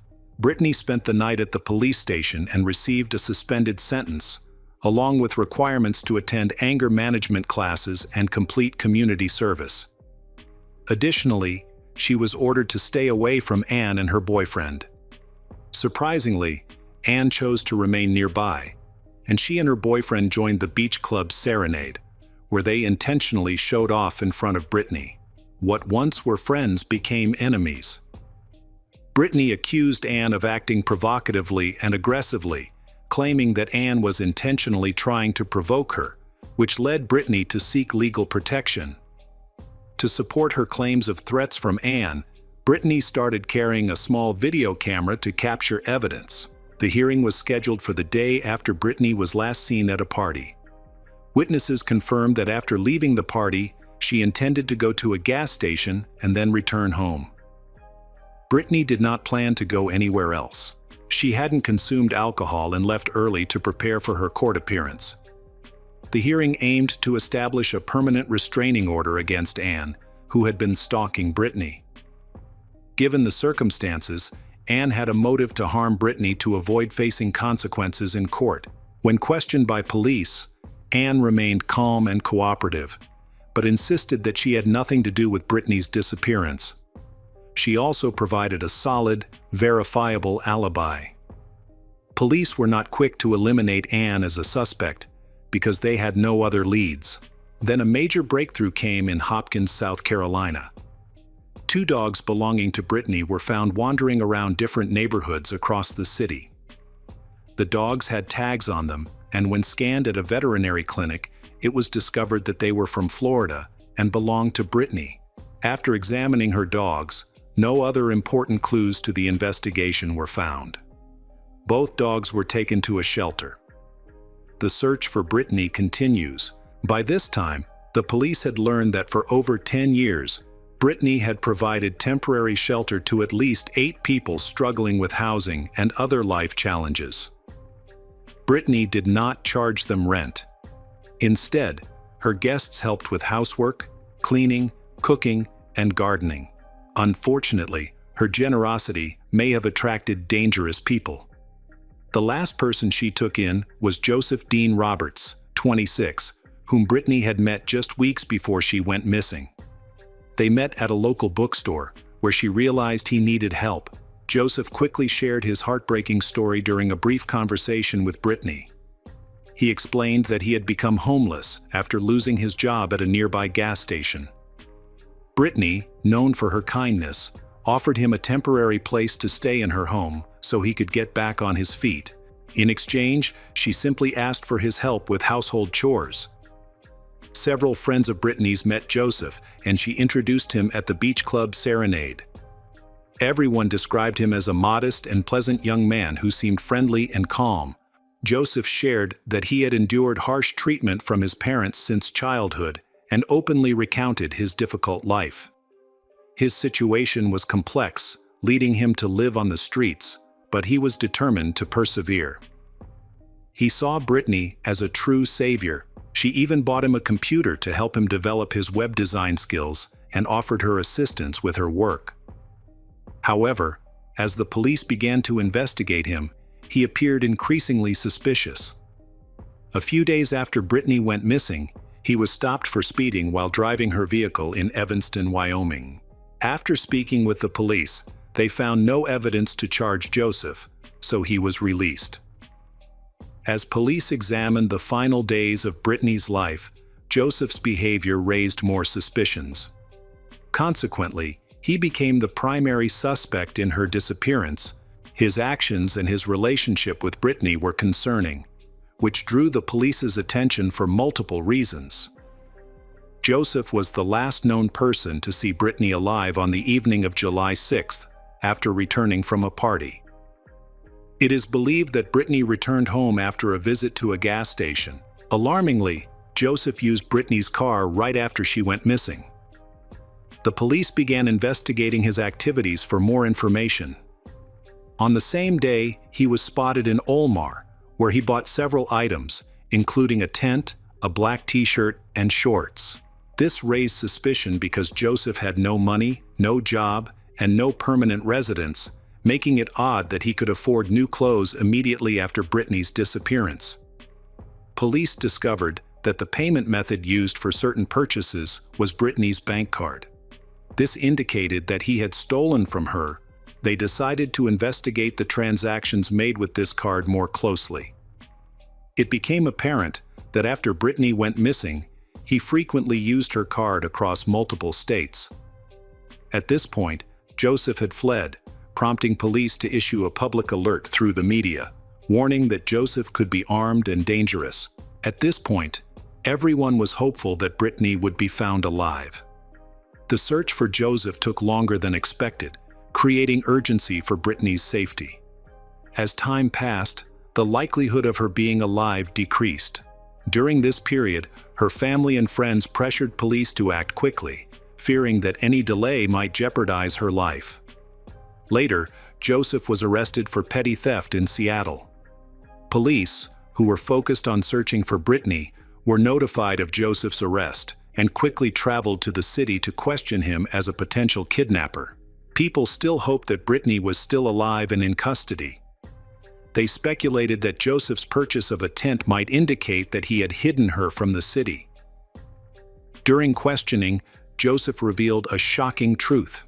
He said that on July 6, 2010, shortly after Brittany returned from a party, they got into an argument.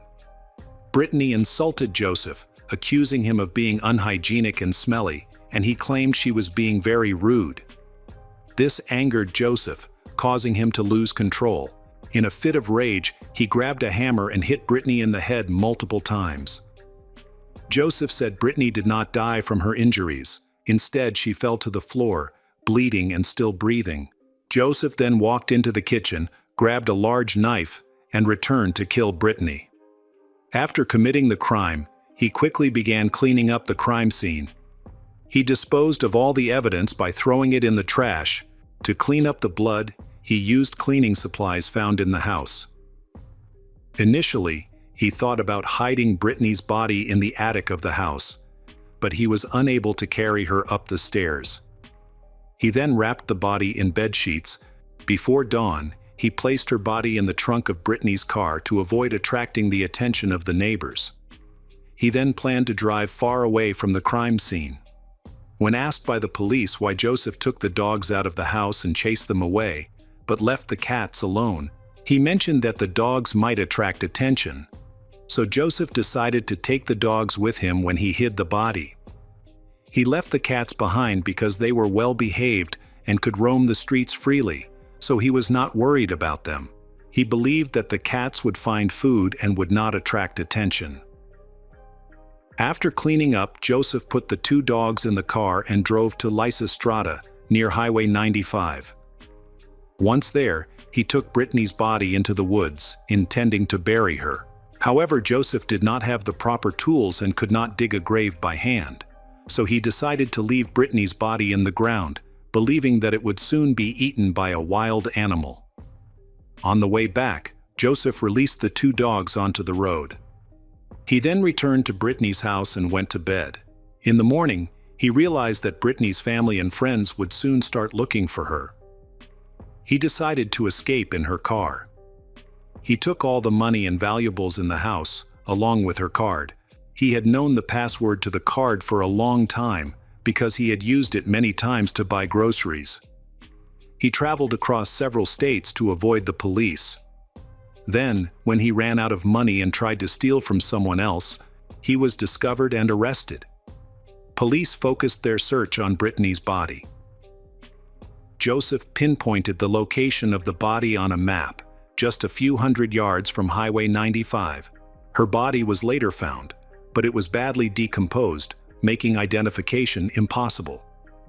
The only way to confirm her identity was through dental records, which later confirmed the body was Brittany's. The medical examiner noted severe head trauma caused by a blunt object and a knife wound causing injury to the neck. When Brittany's family learned what had happened, they were stunned. Joseph, who Brittany had helped, had murdered her. Friends and family had warned her that it could be dangerous, but Brittany was confident that she could avoid dangerous people. Tragically, her instincts had led to disastrous consequences. Not long before Brittany disappeared, she confided in her friends that Joseph was starting to annoy her. When she returned home, she found him going through her belongings, and she noticed that small amounts of money were missing. They often argued, and Brittany considered kicking him out, but she never got the chance. Meanwhile, the police were investigating Joseph's troubled past. They discovered that he had been dishonest with Brittany. He was actually homeless. He had been living in a tent at Brody Beach, Florida. He was skilled at presenting himself as a victim and manipulating others. She had invited him to live in her house, as he appeared to be a nice and honest young man who openly discussed his mental health issues. However, shortly after moving in, his behavior changed drastically. He began to neglect his personal hygiene and started using illegal drugs in his room. When Brittany found out, she asked him to leave. However, instead of leaving, he decides to confront Brittany, ultimately leading to her death. After Joseph confessed, he was quickly arrested for first-degree murder with aggravating circumstances. Although he claimed to be insane, a mental health evaluation determined that he was competent to stand trial. This led to a new legal battle, with both the defense and the prosecution making strong arguments. Joseph's mental health was a contentious issue, raising the possibility that he could evade punishment and instead be sent to a treatment clinic. As a result, the lawyer and the prosecutor came to an agreement. Joseph accepted the plea deal, agreeing to plead guilty to the lesser charge of second-degree murder. As a result, Joseph Dean Roberts was sentenced to 30 years in prison. Brittany's family felt the sentence was too lenient for the severity of the crime, but their efforts to appeal the verdict were unsuccessful. Hi everyone, thanks for returning. Let's unravel another horrible case, the case of Marlene Oakes. Marlene was born in December 1954 to her parents Lorraine and Billy. At the age of 16, she married a much older man, Bill Major, who was 26 at the time. Despite the large age difference, they quickly got along. The same year they got married, they welcomed their first son, Donald. 4 years later, they had a daughter named Lalana. The family lived in Verona, a small town in the suburbs of Kentucky, USA. Verona is located near downtown Cincinnati. Bill worked as an auto mechanic, and according to Marlene's father, he was ambitious and had a great ability to persuade others. This gave him a big advantage in his job. His auto repair shop was located near the interstate. A convenient location helps him always have many customers. At that time, Marlene was a housewife, taking care of the children, while Bill was the main breadwinner for the family. However, their marriage was not a happy one. They argued frequently, and Bill often abused his wife. One day, a man named Glenn St. Hilaire arrived in town and quickly befriended Bill. He began working at Bill's shop, handling a variety of tasks. Originally from Canada, Glenn owned welding equipment and had extensive knowledge of cars, thus becoming a valuable assistant to Bill. He lives in a trailer near Bill's house, and eventually, he and Marlene developed feelings for each other. After that, they had an affair with each other. Bill was always at work, which gave Glenn and Marlene the freedom to meet. Marlene felt drawn to Glenn, who was younger, calmer, and made her feel at ease. By October 1980, Marlene was 25 years old, while Bill was 35. He frequently resorted to violence against her, keeping the entire family in a state of fear. In this stressful situation, it is not surprising that she sought comfort from Glenn. At the time, Donald was 8 years old and Lalana was 4. Strangely, Bill not only tolerated her relationship with Glenn, but even encouraged it. Those close to the family were aware of the situation and found it shocking. However, events soon took a tragic turn. On the afternoon of October 11, 1980, Bill and Marlene had a big argument in their backyard, and the neighbors could hear it clearly. Later that evening, Bill took his children, Donald and Lalana, to a neighbor's house, asking them to care for the kids for a day due to serious family issues. He told the neighbors that Marlene had run off with Glenn and that he needed time to process everything. The neighbors, however, knew that he was enraged over Marlene's relationship with Glenn. He beat her and the children because of it, and her car was missing. However, no matter Bill's explanation, no one could believe that Marlene, a mother who is wholeheartedly devoted to her children, can leave her children. Afterward, Bill contacted the police and repeated the same story he had shared with the neighbors. However, the details didn't quite add up. Marlene's friends insisted that she deeply loved her children and would never abandon them. They also revealed that she was angry at he because of his abusive behavior. She confided in them that Bill had threatened to kill her if she left him to live with Glenn. A close friend of his even heard him describe in detail how he would kill her if she defied him. He had talked about dismembering her body and hiding the remains so thoroughly that they would never be found. Glenn, Marlene's lover, once heard Bill confess that he would attack her, decapitate her, and destroy her teeth so that the police could not identify her through dental records. Marlene began to fear that her plan to move in with Glenn could put her life in serious danger. In her diary, she wrote that Bill would only agree to sign divorce papers if she promised not to report his abuse of her and the children to the authorities. She was in a difficult position, not knowing what to do. She was exhausted by the toxic relationship and wanted to escape her controlling husband, but she was terrified of the fallout. Despite this, the police launched an investigation into her disappearance. She was officially declared a missing person. She was described as a petite woman with blonde hair and glasses. At the time she went missing, she had been wearing jeans and a blue-green checkered shirt. Her car was also reported missing. On October 11, 1980, Marlene called her sister to talk about the problems in her marriage.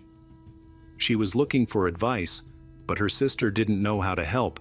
She said she planned to file for divorce and fight for full custody of her children. She also shared another reason for her decision. Bill had been harassing their 8-year-old son, Donald. She felt very scared and could not bear it. She warned Bill to never touch the children again and threatened to kill him if he did. This made he furious. Marlene confided to her sister that she had evidence of Bill's abuse of Donald and had hidden it in a safe place where he could not find it. She assured her that if anything happened to her, the evidence would be turned over to the police. Later that day, she called her sister again, but this time she sounded very distressed. She had just had another argument with Bill. Marlene then gave Glenn her diary, which contained all the important incident. She told him that if she ever went missing, detectives could find answers in the pages of her diary. She also told her sister the same thing during their phone call. That was the last time her family ever heard from her. On the night of October 11, Glenn arrived at Bill's house after midnight and found the area around the trailer in disarray. Around 3 a.m., he encountered Bill and asked about Marlene. Bill claimed that Marlene had run away. However, he found this hard to believe. He had recently seen she, and she had no intention of leaving her kids behind. He knew she was a mother who was always devoted to her children, so she would never abandon them. It soon became clear to everyone that Bill was lying. During this time, the children had actually been staying with neighbors. He was the one who brought them there and told them that Marlene had run away with a lover. His story was riddled with contradictions, and he kept changing his account. Then, when Bill arrived at his neighbor's house, he even handed over all of his weapons to them to take care of the children. including a 9mm handgun and a .22 caliber rifle. He also sold his tractor to another neighbor, explaining that he was moving to live closer to his parents.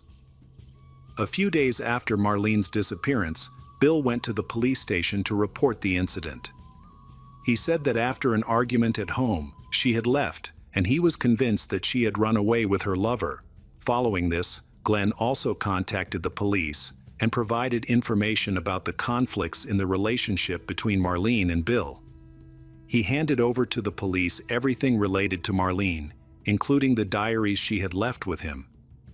These diaries contained clues that were detrimental to Bill. Glenn also recounted Bill's unusual behavior after Marlene's disappearance. According to him, Bill's transfer of weapons to neighbors and the sale of valuable assets were very suspicious. This showed that Bill seemed to be planning to run away. He believed that Bill was involved in Marlene's disappearance. After speaking with Glenn, the police began investigating Marlene's case more thoroughly. They believed that she did not simply run away from her husband Bill, but that the matter may be more serious. It is very likely that one of the two men, Bill or Glenn, was involved in this disappearance. Bill and Glenn were both considered prime suspects in the case. However, both denied any involvement. Glenn was cooperative and willingly shared all the information he had with the police. Bill, on the other hand, gave conflicting testimony and behaved strangely during a polygraph test, makes him more suspicious. At this time, the police reviewed Marlene's diary, which details the motive for the crime and even hints at what Bill may have done to her. However, there was still not enough evidence to charge Bill with murder. No evidence or trace of the incident was found in the trailer, the area surrounding the vehicle, or at the auto repair shop. The police spoke to Marlene's children, Donald and Lalana. They paid particular attention to 8-year-old Donald, hoping he might be able to provide some information, especially considering the contents of Marlene's diary. However, the boy was too frightened, making it extremely difficult to gather any information from him. Lalana was not questioned at all because she was too young. Although Donald did not reveal anything useful, but Bill violently beat him after learning about the police interviews. Around the same time, he also began abusing his 4-year-old daughter, Lalana, treating her cruelly.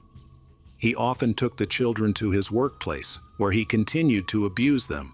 The police also questioned Marlene's sister, who firmly rejected the idea that Marlene would abandon her family and children to be with her lover. According to her sister, she had planned to divorce Bill amicably, gain custody of the children, and then start a new life with Glenn. She has no intention of running away to avoid her problems. At that time, it was known that Marlene had disappeared with the car without taking any personal belongings. But even assuming that she had run away, why would she leave all her important belongings at home, including her wallet, driver's license, money, and jewelry? Furthermore, she did not bring the medications that her doctor had just prescribed. This medication was essential for her, making it unlikely she would leave without it. All of these details did not fit the theory that she had left on her own. Despite extensive investigation, no clues were found. Investigators continued questioning everyone who knew the family. During a conversation with the police, Bill admitted he no longer believed Marlene was alive, which raised suspicions.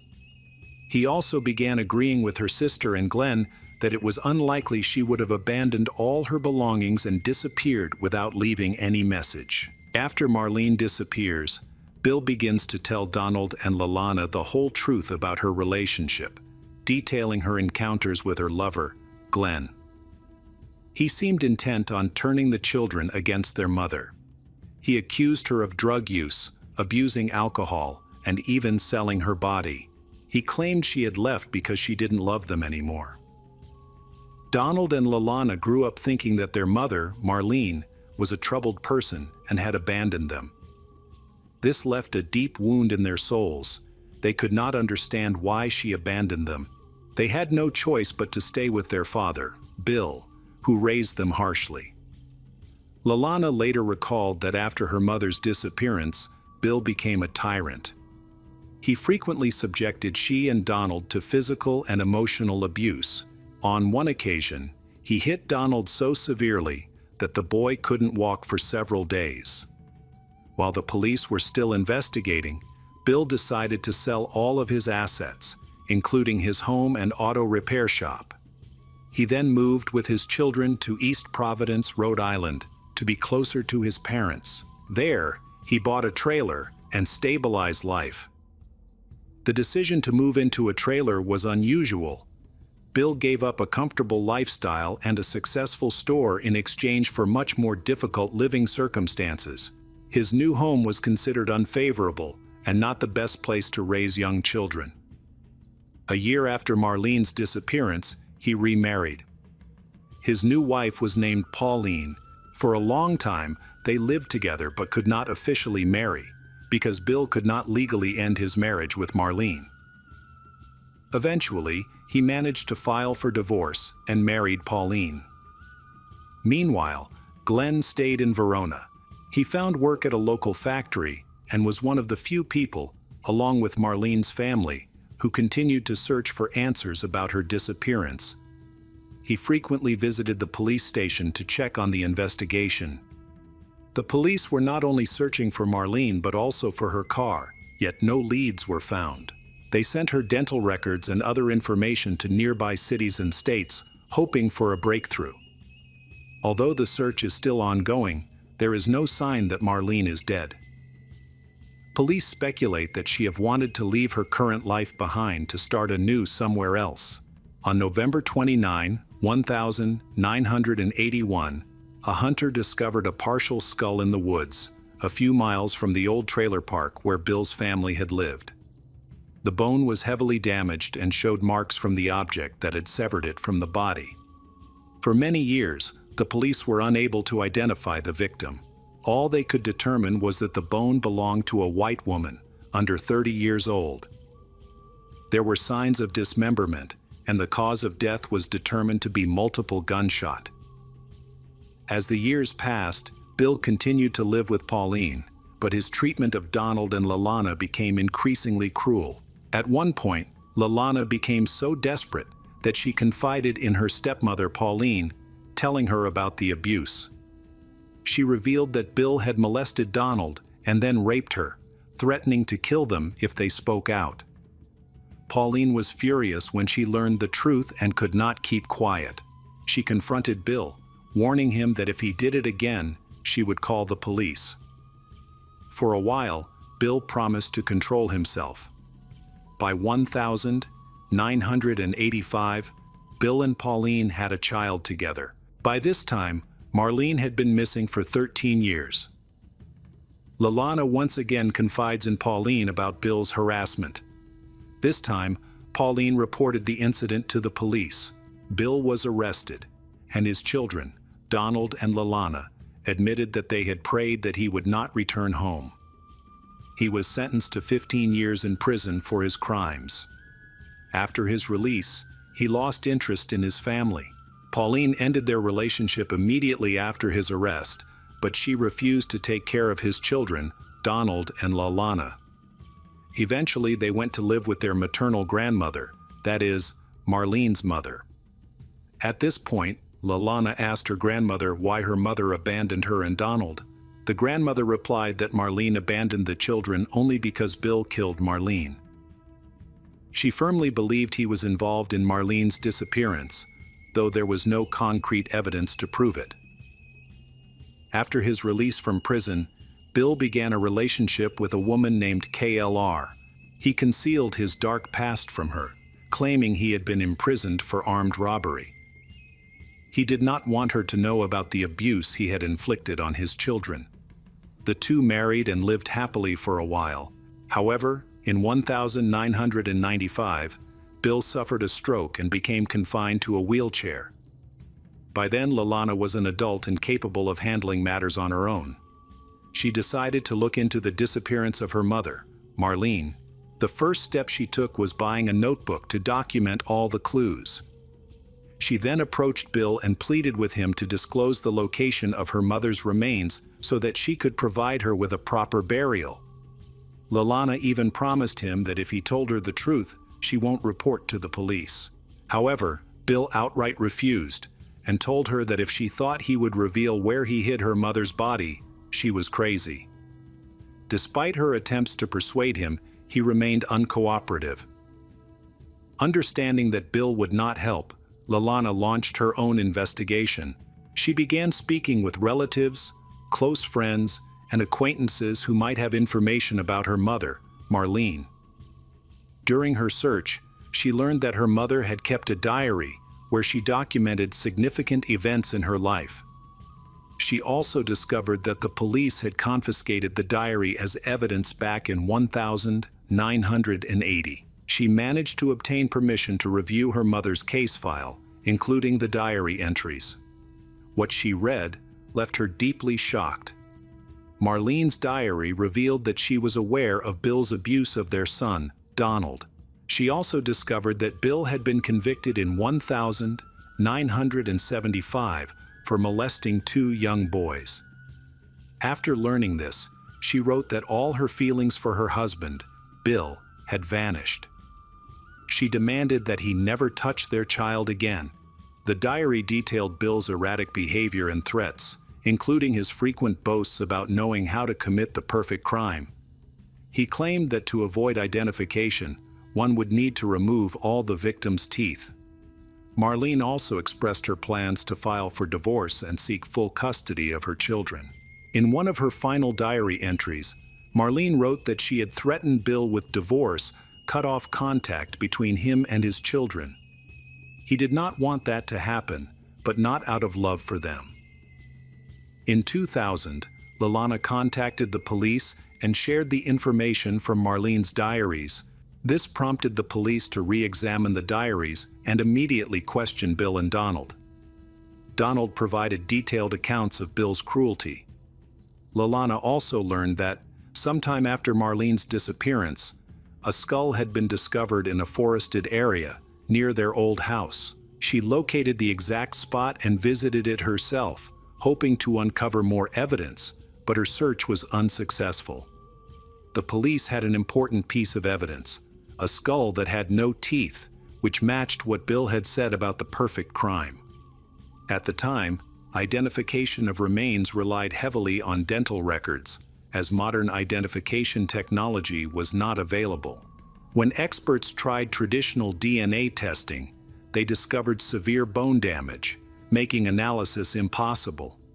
So they turned to newer technology, specifically mitochondrial DNA analysis. However, the county refused to pay the $120 cost of the study, as it was not certain that it would help the case. Lalana had to raise money to pay for the procedure. For this, she organized a small fund.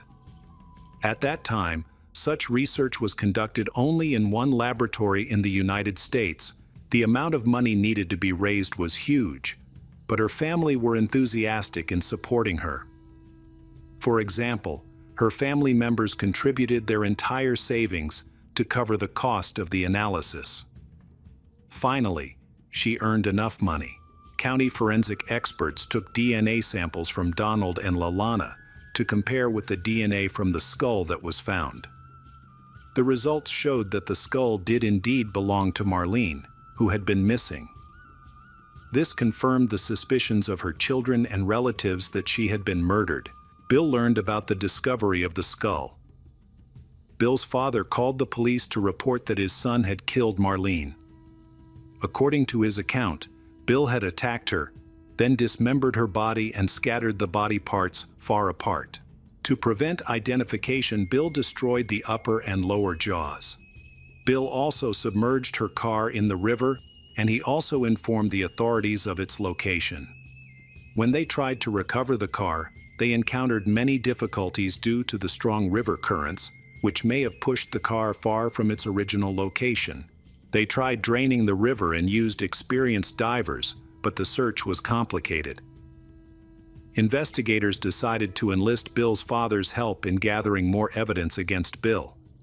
They instructed him to call Bill, get a confession during the conversation, and record it. To unnerve Bill, they tell Bill about an investigation initiated by Lalana. Upon hearing that his daughter was looking for Marlene, Bill became enraged and told her to stop looking and forget about her mother. Bill believed the case had long been closed and that he was no longer at risk. Nevertheless, during the recorded phone call, he confessed to the crime. On July 25, 2001, Bill Major was arrested and charged with the murder of Marlene. During the interrogation, Bill admitted to the crime but attempted to place the blame on his wife, Marlene. He claimed they were in her car when she pulled out a gun and began threatening him. According to Bill, a struggle broke out, during which he accidentally attacked her several times. He claimed that there were 2 bullets in her head and 4 in her body. However, this testimony seems more like intentional than accidental in a fight. The trial started in 2003, when Bill was 59 years old. After suffering a stroke in 1995, he had lost the ability to walk and appeared in court in a wheelchair. During the trial, his children, Donald and Lalana, testified about the abuse and violence they endured during their childhood. They recounted what happened inside the family trailer. Bill's lawyer argued that his actions were linked to nervous tension, claiming that Marlene frequently threatened him, leading to emotional breakdowns. The defense also argued that the murder was an act of self-defense. After a lengthy argument from the defense attorney, Bill looked at his children and smiled, clearly satisfied with the attorney's presentation. He was confident he would remain a free man. However, Lalana smiled back at her father and expressed her hope that he would spend the rest of his life in prison for what he had done to them and to Marlene. After deliberating for over 40 minutes, the jury found Bill Major guilty of Marlene's murder. He was sentenced to life in prison. On December 7, 2016, Bill applied for parole, but his request was denied. He died in prison on October 15, 2020. Lalana was satisfied with the outcome of the investigation. She had spent much of her life pursuing justice. She believes that Bill murdered Marlene at that time because he suspected Marlene's of having an affair. She believes that Bill meticulously planned the murder out of fear of going to jail and wanting to maintain control over his children, which would allow him to continue to torment them. Notably, Bill's children, Donald and Lalana, refused to take their father's last name. Lalana later changed it to her husband's. She regrets that during her childhood, she was influenced by her domineering father, causing her to mistakenly believe that her mother had abandoned her. The rest of Marlene's body and her car were never found. However, her family took solace in the fact that justice had been served. Only her mutilated skull was buried. Hello friends, welcome to our channel. Today we're going to take a look at another horrible case with you. The case of Kenny Fanol. Kenny Fanol was born in 1992 in one of the poorest neighborhoods of Maracaibo, the capital of Zulia State in northwest Venezuela. She was the youngest child in her family and spent her childhood in a rundown home. From a young age, she stood out for her beauty, with bright eyes and white skin. While most children in her neighborhood attended school, she had little interest in studying. Kenny enjoyed spending time with friends and dreamed of a better life. Initially, she dressed modestly and was careful not to draw attention to her body. However, her lifestyle began to change significantly after she met her future best friend, Danila Macarena Leal, known simply as Macarena. Macarena, who was about 5 years older than Kenny, became her role model. At the age of 13, she started going to nightclubs with Macarena, where she first experienced drugs and alcohol, which led her to engage in risky activities. At that time, Macarena was in a romantic relationship with a man known as Kike, who was rumored to be a crime boss. He had previously served time in Sabanita, one of the most notorious prisons in the world. At the Sabanita prisons, inmates have established a unique organizational system. This system allows a few inmates to hold great power, thereby influencing activities such as robbery, extortion, as well as arms and drug trafficking inside the prison. One day, Macarena introduced Kenny to influential criminals who were able to throw parties even while in prison. On December 24, 2010, a group of 10 young people took Kenny from a nightclub directly to prison, where one of the local crime bosses was located. Earlier, Macarena had warned her that a man named Astolfo wanted to see her. Astolfo, 22 years old, a gang member, is serving a sentence in Sabaneta. Despite his young age, he had a long criminal history, including robbery and extortion. However, Kenny did not feel concerned about Astolfo's past, and she fell in love with him at first sight. Astolfo also seems to have feelings for Kenny. He cared for her and gave her lots of gifts. By this time, she had dropped out of the National Polytechnic University and no longer took her life seriously. Her main activities became partying, drinking, and using drugs. Eventually, realizing that she was not the only girl in Astolfo's life, she decided to leave Venezuela in search of a better future. Kenny then meets a woman who suggests she move to Mexico and start selling her body to make her dream come true. Within a few months, she was making a large amount of money and had undergone several surgeries to improve her appearance, allowing her to charge more for her services. During this time, social media began to more clearly reflect her lifestyle. Despite the changes, she saw Astolfo again every time she returned to Venezuela. However, everything changed in March 2014, when she received news that Astolfo had died in a violent incident involving prison officers. Although she was unable to attend his funeral, she honored him by getting his last name tattooed on her shoulder. At that time, Kenny was recognized in Mexico as one of the most expensive escorts in her industry. The website where she offered her services, called Zona Divas, was controlled by the La Unión Tepito cartel. In 2017, Kenny met a young man named Brian Mauricio Miranda, who was born on July 7, 1992, and lived in Tepito, a neighborhood in Mexico City. At the time they met, Brian was the third highest-ranking member of the La Unión Tepito gang, which was primarily involved in human trafficking and contract killings. The capital's prosecutor's office was already investigating him in 3 separate cases, all related to assaults on his ex-girlfriends and their friends. Despite this, Kenny falls in love with Brian, who is involved in the criminal world. Initially, their relationship seemed normal, but things changed over time. It's unclear when exactly Brian began to mistreat Kenny, but he likely used threats to control her, driven by intense jealousy. Although they met on a platform where Kenny offered call girl services, he asked her to give up that job. In the end, he made her life more and more difficult and unhappy. Brian then quickly moved from threats to physical violence.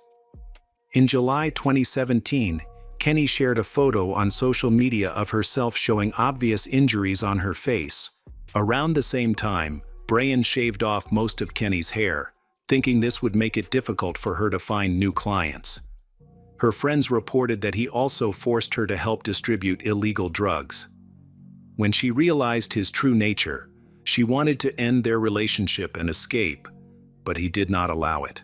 In October of that year, Brian began a new relationship with a girl from Argentina named Karen, who also worked as an escort. Kenny hoped that with Brian's new relationship, he would let her go. However, the opposite happened. He ordered Karen to keep a close watch on Kenny. Kenny told his friends that Brian was someone who enjoyed hurting people, as if it were his hobby. Notably, the relationship between Brian and Karen lasted only 2 months. Finally, on December 27, 2017, he met her again. He used a fake name to ask her for services. When she arrived, he attacked her violently, causing her face to swell immediately. He also broke her arm and cut her hair with a machete. He not only beat her but also threatened to use violence if she did not return to Venezuela. After each attack, she recorded short videos to document her injuries. In one video, she begged him to give her time to recover and return to Venezuela. Shortly after, Kenny disappeared for a while. She deleted her profile from the portal and stayed away from social media, planning to stay in Mexico. On Friday, February 23, 2018, she decided to leave her secret apartment to meet friends and attend an electronic music festival. However, she never got there as planned. A few days later, local authorities found her lifeless body in Ecatepec de Morelos. It was clear she was the victim of a terrible crime. She had been bullied, beaten, and her face was disfigured by acid. Kenny's friends went to the morgue, but they had difficulty identifying her. After receiving the tragic news, her family asked the authorities to quickly return her body to her homeland. Her body was returned to Venezuela 33 days after it was found. At her funeral, many who knew her were heartbroken. This reaction was understandable, as Kenny was always cheerful, kind, and friendly, easily connecting with everyone around her. That day, Kenny's mother, Mireya Finol, expressed her grief as she felt she had lost her purpose in life. She also called on the Mexican government to seek justice and hold those responsible for her daughter's death accountable. 4 months later, several short videos of Kenny were released, in which she named Brian Mauricio Miranda as someone she feared could threaten her life. In most of these videos, her face is covered in blood. This video provided new information to authorities about her murder. Many still suspect that Brian was involved in her death. Although authorities know where he is, they do not have enough evidence to arrest him, so he remains free. In early February 2019, just a year after the murder, police arrested Brian. At the time, he was with another girl from Venezuela, just like Kenny. He was extremely frightened during the arrest and begged the police not to harm him. The Mexico City Public Security Bureau said the arrest of Brian was a major success in dealing with one of the most dangerous gangs and helped solve several murders involving girls. However, the list of crimes Brian is accused of is long. Authorities believe he has been involved in at least 10 other cases in recent years. Furthermore, a large amount of illegal substances were found in his car during the arrest. After some time, Brian was transferred to the State Attorney General's office. Over the next few days, multiple officers questioned him. Despite clear evidence linking him to the crimes, he was sentenced to only 5 years in prison for drug distribution. On Saturday, November 19, 2022, after nearly 3 years in pretrial detention, Brian was released. He ended up serving just over half of his sentence. This was due to overcrowding in Mexican prisons and the local judicial system's classification of drug distribution as a minor offense. The state attorney's office attempted to appeal this decision, believing that Brian was involved in more serious crimes.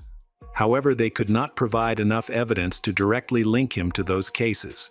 The Mexican judicial system seems to operate under its own rules, which are not always clear to law enforcement officers or the general public. After being released, Brian resumed his criminal activities as if nothing had happened. Meanwhile, the police force and the Civil Security Office are continuing to investigate. In early October 2023, patrol officers spotted a car with Brian in the back seat. Next to him is Cassandra, a 30-year-old woman from Venezuela who recently moved to Mexico to support herself as an escort. Several officers noticed that Cassandra looked like Kenny. The following day, the Civil Security Secretariat announced that during the arrest, officers seized a backpack containing a significant amount of illegal drugs. It's clear that Brian is at the center of an expanding investigation. During the preliminary hearing, his lawyers tried to get him released, but their arguments were not convincing enough, so he had to appear in court again. On October 20, 2023, the judge officially ordered Brian to be held in custody for his involvement in murder, robbery, and drug trafficking. Unfortunately, a final sentence has not yet been issued. Kenny was not the only victim associated with the website Zona Divas, where many individuals offered their services. This site gained significant attention in 2018 when several girls working there were discovered in Mexico City. Following a major investigation, it was revealed that Zona Divas had been operating for 20 years. Most of the women who created profiles on the site during that time were from Venezuela. Some reports indicate that the site stopped its activities in 2018, but this did not resolve the issue as new similar sites quickly emerged. According to the International Commission on Human Rights, Mexico remains the leading country for this type of illegal activity, which is deeply concerning. Hello again, true crime fans. We've got another mysterious case to explore. The case of Kat Torres. Kat Torres is a social media sensation, attracting millions of fans who follow her lavish lifestyle. While many admire her, others are jealous of her success. However, few people know the difficult reality she faced. Born on October 24, 1989, in northern Brazil, Kat grew up in a poor neighborhood and came from a troubled family. Her father struggled with alcoholism. At the age of 14, Kat submitted her resume to a modeling agency.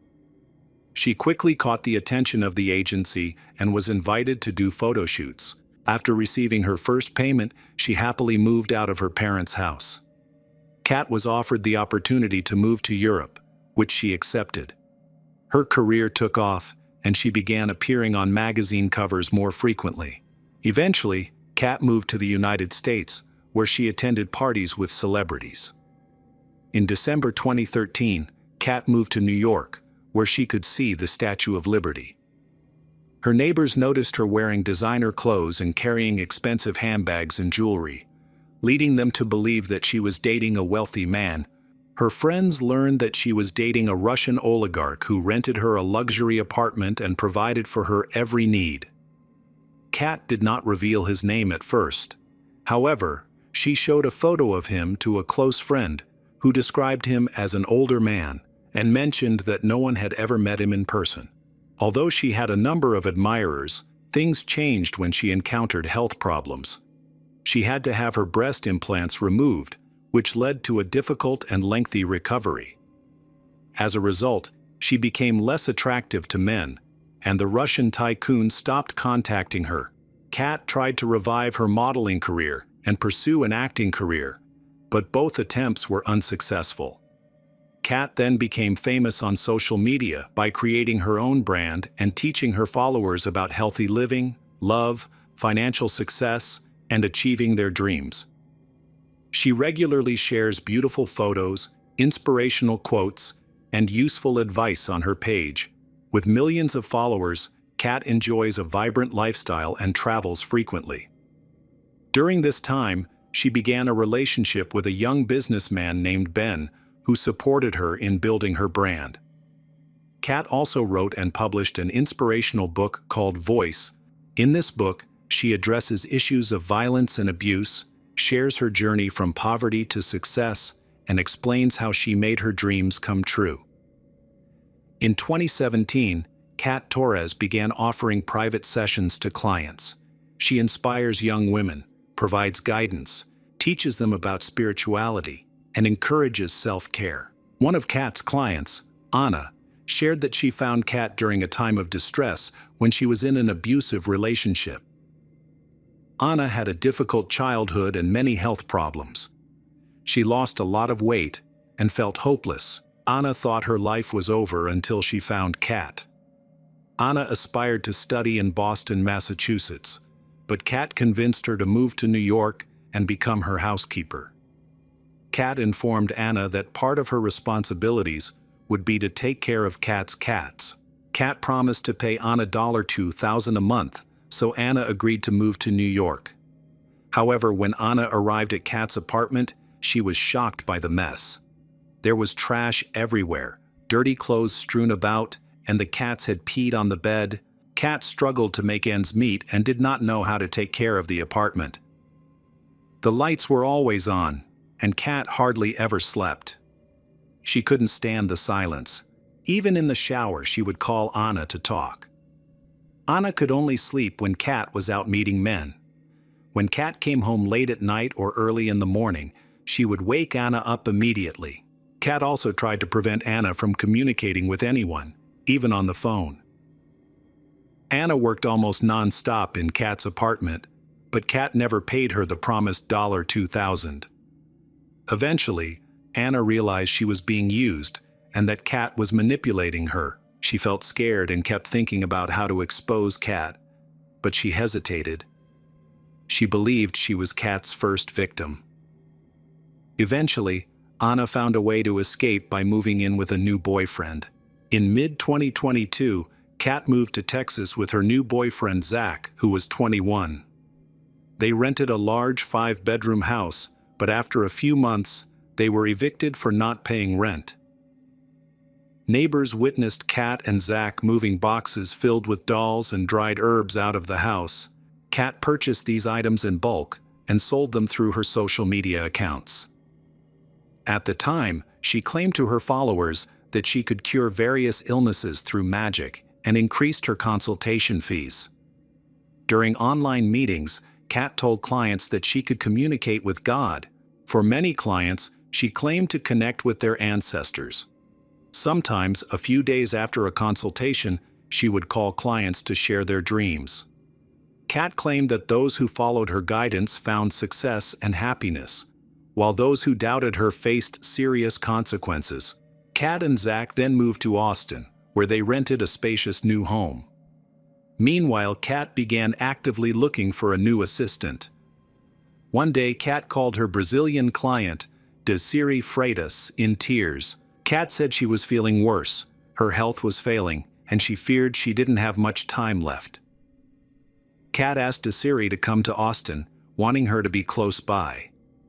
They talked on the phone for 2 hours, and Desiree finally agreed to Kat's request.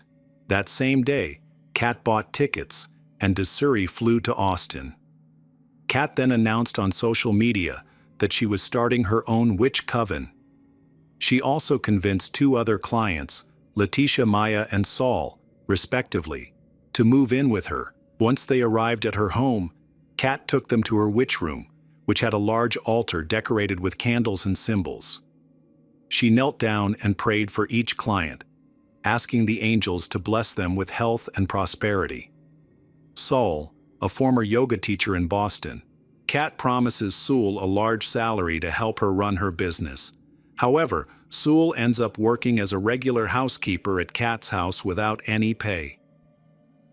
One day, Kat tells Sewell that she should start dancing at a strip club, claiming that it is there that she will meet her future husband and have a long, happy marriage. Kat informs Desiree that she has spent a large amount of money on her flight, lodging, food, furniture, and witchcraft, and that Desiree now needs to pay it back. Kat warns Desiree that if she tries to escape, she will be cursed. Kat convinces Desiree to work at a strip club, where she must give all of her earnings to Kat. Desiree works every day and quickly becomes famous as a dancer, socializing with customers. In just 2 weeks, she earns $99,000, which she keeps in a safe in her room. Desiree's passport is also kept in the safe. Kat advises her not to carry any documents with her to avoid revealing that she is Brazilian and living illegally in the United States. Soon after, Kat demands that Desiree must earn at least $1,000 a day, or she will not let her return home. Sometimes Desiree has to sleep on a couch outside. She often feels unwell and exhausted, both mentally and physically. Desiree keeps asking Kat when they will start doing business seriously, but Kat remains vague, insisting that Desiree has not yet paid back the money she invested in her.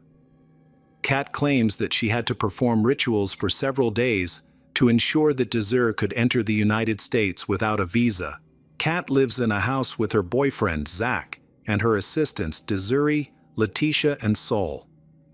They must follow strict rules set by Kat. They are not allowed to talk to each other and cannot leave their rooms without Kat's approval. They are not allowed to say no and must follow Kat's every instruction. Additionally, they are forbidden from sharing any details about their lives in Kat's house with anyone. Desiree is allowed to leave the strip club, but instead, she has to date men and work as an escort to earn money.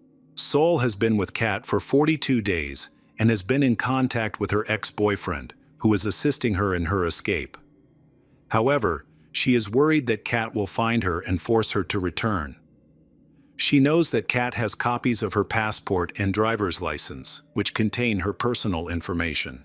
Sol also knows that Zach is armed and fears that he might find her and harm Desiree and Letitia, both of whom are still in Kat's home.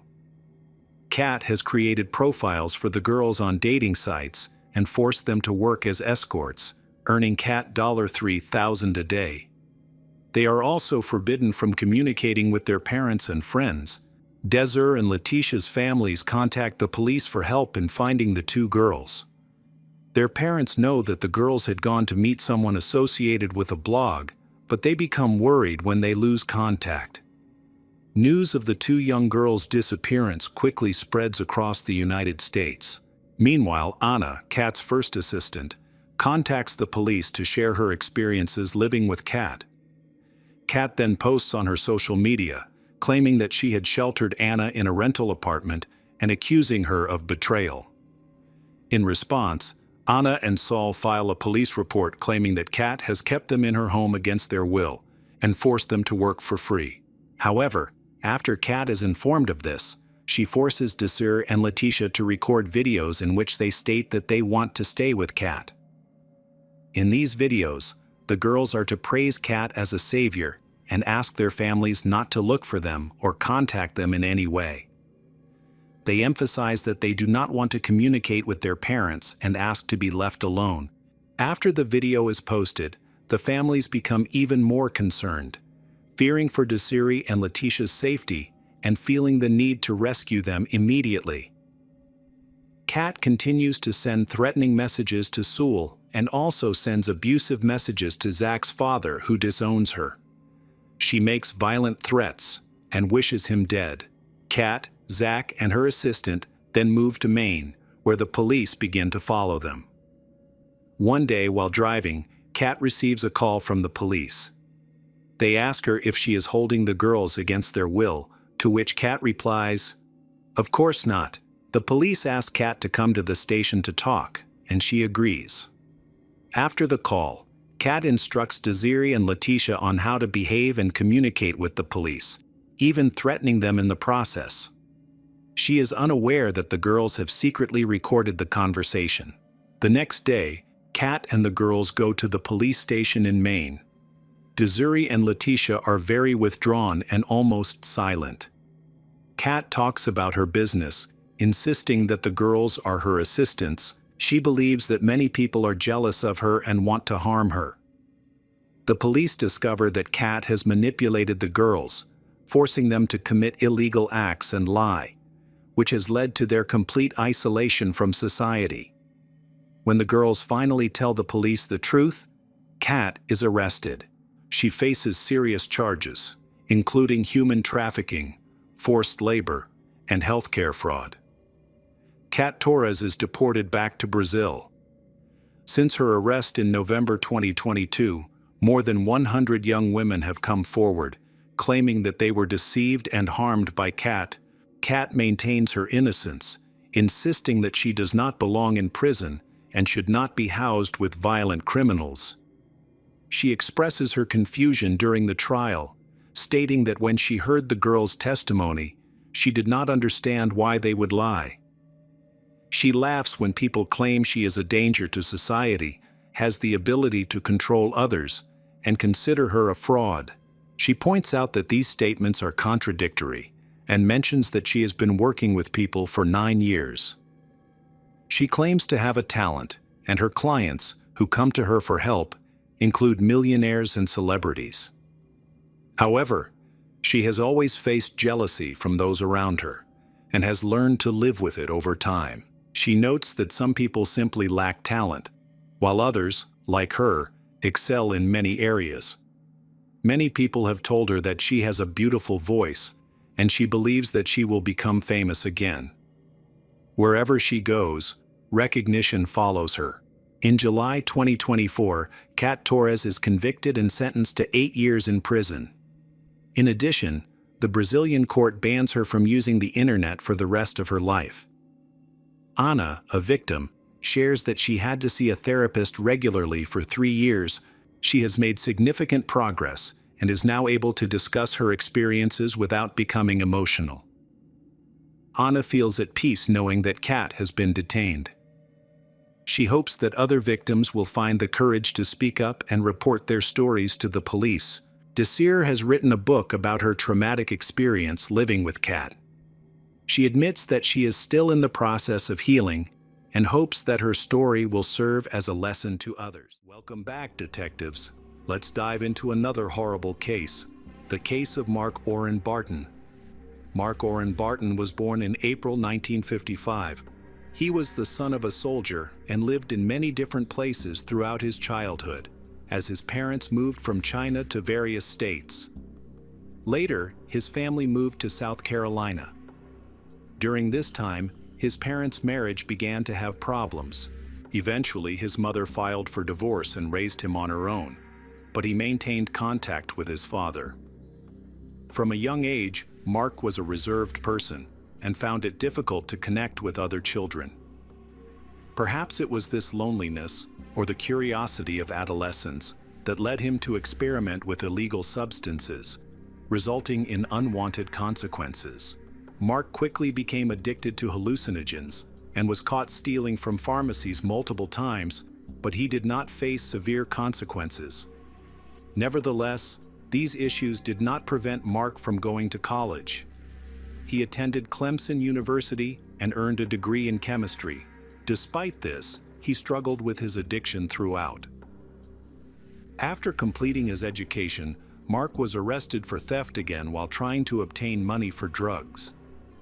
This incident occurred just a month after he received his diploma, allowing him to avoid any academic repercussions. Had he still been in school, he likely would have been expelled. However, fate seemed to favor him many times as he escaped serious consequences for his mistakes and wrongdoings. This all took place during the psychedelic boom of the 1960s in the United States, a time when many people experimented with drugs, including Mark.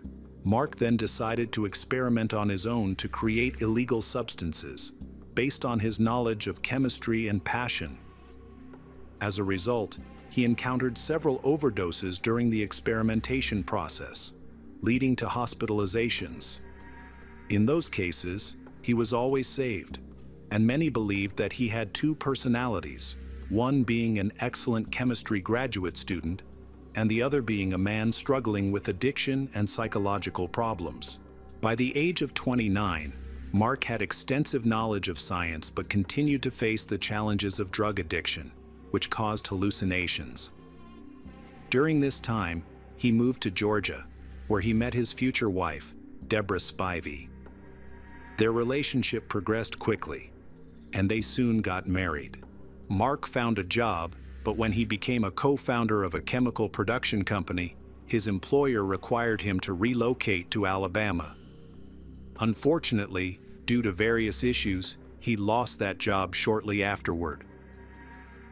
During this period, his mental health began to decline rapidly. Deborah noticed increasing signs of paranoia and witnessed his emotional outbursts. He became convinced that people wanted to harm him and often acted nervously and strangely, believing he was being followed and monitored. Despite these challenges, Deborah loved Mark and wanted to help him. They had 2 children together, Matthew and Michelle. However, as Mark's mental health continued to deteriorate, the atmosphere in their home shifted. He began to display more manipulative and controlling behavior, particularly towards Deborah. This situation quickly escalated, and Deborah started to feel unsafe for herself and their children. She frequently expressed her concerns to friends and family, mentioning that Mark's unsettling gaze frightened her. During this difficult time, Mark was fired from his job because his team complained about his inappropriate behavior. The day after Mark was let go, a curious incident occurred. Someone hacked into the company's computers, deleted data, and stole information. Mark denied any involvement, but the investigation soon connected him to the crime, proving that he was the hacker. He was arrested, but surprisingly, the company decided to drop most of the charges against him. resulting in his release after a brief period of imprisonment. It was later discovered that Mark had manufactured and sold several illegal chemicals while co-founding the company. To protect his reputation, the company allowed Mark to leave without being prosecuted. There were no records of his criminal activities, as the employers reported to the police that their dispute had ended peacefully. The scandal started when their family moved to Atlanta, Georgia.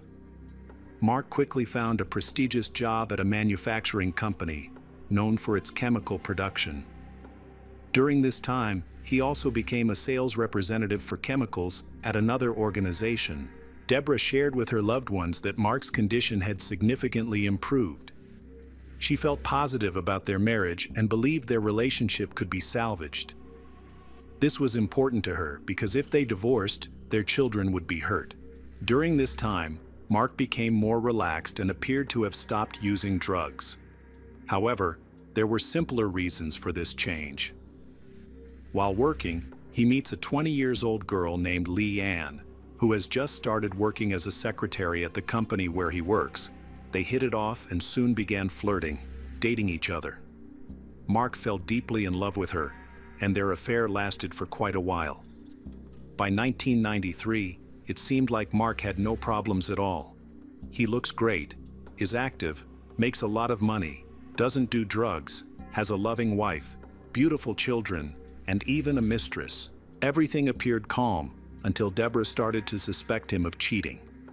Initially, Deborah tried to reassure herself, thinking that Mark was simply experiencing a midlife crisis. He had indeed started taking better care of himself and looked younger. However, suspicions about him having an affair began to emerge. He insisted he had no affairs and was only trying to maintain his youthful appearance. At the beginning of 1993, he purchased a life insurance policy for Deborah worth $600,000. It was later discovered that he had tried to buy a contract for over $1 million, but he did not have enough money to pay for it. In June 1993, Mark and his lover Leigh went on a trip together. Mark tried to convince his wife, Deborah, that it was just a business trip to a nearby state. During this time, he confessed his love to Leigh and expressed his desire to leave Deborah for her. Leigh agreed to the relationship, but insisted that he must first get a divorce. However, Deborah did not agree to a divorce immediately. She threatened to initiate a lengthy divorce process, which could take a year or more due to the complex issues involved. At the time, Mark and Deborah were working with a family law attorney, and as expected, the process was lengthy as parenting plans needed to be drawn up and child support issues resolved. In early September 1993, Deborah planned a weekend vacation to the lake with her mother and family. Those around her knew about the problems in her marriage to Mark, but believed they were trying to work through their issues. Everything seemed normal. Deborah invited her husband Mark to join them and wanted to take their children along, but their daughter got sick. Their son Matthew, a Boy Scout, had an important camping trip that weekend. Mark told Deborah he needed to stay home with the kids and suggested she go to the lake with her mother, which she agreed to do. Deborah remained determined to carry out her plans and headed to the lake, where her mother, Eloise, was supposed to meet her. The last time anyone saw them together was on the evening of September 4, 1993. Everything seemed peaceful and normal. However, on Monday, September 6th, they did not return home as expected. Deborah's father tried to contact both his daughter and wife, but they did not respond to his calls. Mark also claimed he had no information about their whereabouts. Consequently, Deborah's father went to the police to request a welfare check and provided the address of their lake house. The police arrived at the lake house, but when they knocked on the door, no one answered. After a few minutes, they walked around the area but saw nothing suspicious other than cars parked in the driveway. It appeared that Eloise and Deborah were still nearby, but there was no sign of them. Officers then discovered an unlocked trailer on the property and decided to investigate further. Inside, they encountered a gruesome scene. Deborah and Eloise had been murdered.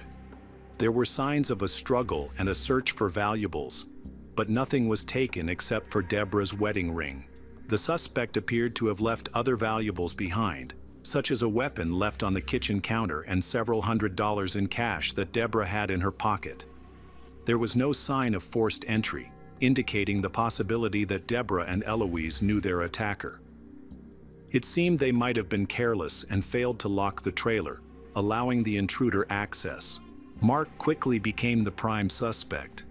He was financially motivated, it was the insurance money, and he was obviously stressed about the issues that were coming up regarding divorce, child support, and custody. Deborah is likely to gain the upper hand in their legal battle, making her removal beneficial to him. He could have seized the chance to kill her in a secluded area without any witnesses. Unfortunately, there were no surveillance cameras in the vicinity. After the funeral, the police searched Mark's house but found nothing. They were also interested in his car, where they discovered several drops of blood on the steering wheel and ignition switch. Mark claimed the blood was from a recent cut on his finger. Unfortunately, the blood samples could not be analyzed because they were contaminated with soda, making it impossible to determine whether the blood belonged to Deborah and Eloise. As a result, the police released Mark after questioning. Several witnesses who went camping with Mark and his son Matthew said he left for a few hours and may have committed the crime. This meant he did not have a solid alibi. Despite this, the case was eventually closed. Deborah's relatives were devastated that her children, Michelle and Matthew, were left without their mother and that the perpetrator was never caught. The detectives quickly gave up on the investigation after the double murder. A week after Mark returns home, his mistress, Lee, moves in with him. She begins to act like a mother, even trying to replace the children's biological mother, Deborah. After the case was closed, Mark received a payment from Deborah's life insurance policy, but it was only half of the total amount, $294,000. Dissatisfied with the payment, he sued the insurance company, which increased the payout to $450,000. From this amount, $150,000 was allocated to a trust fund for their children.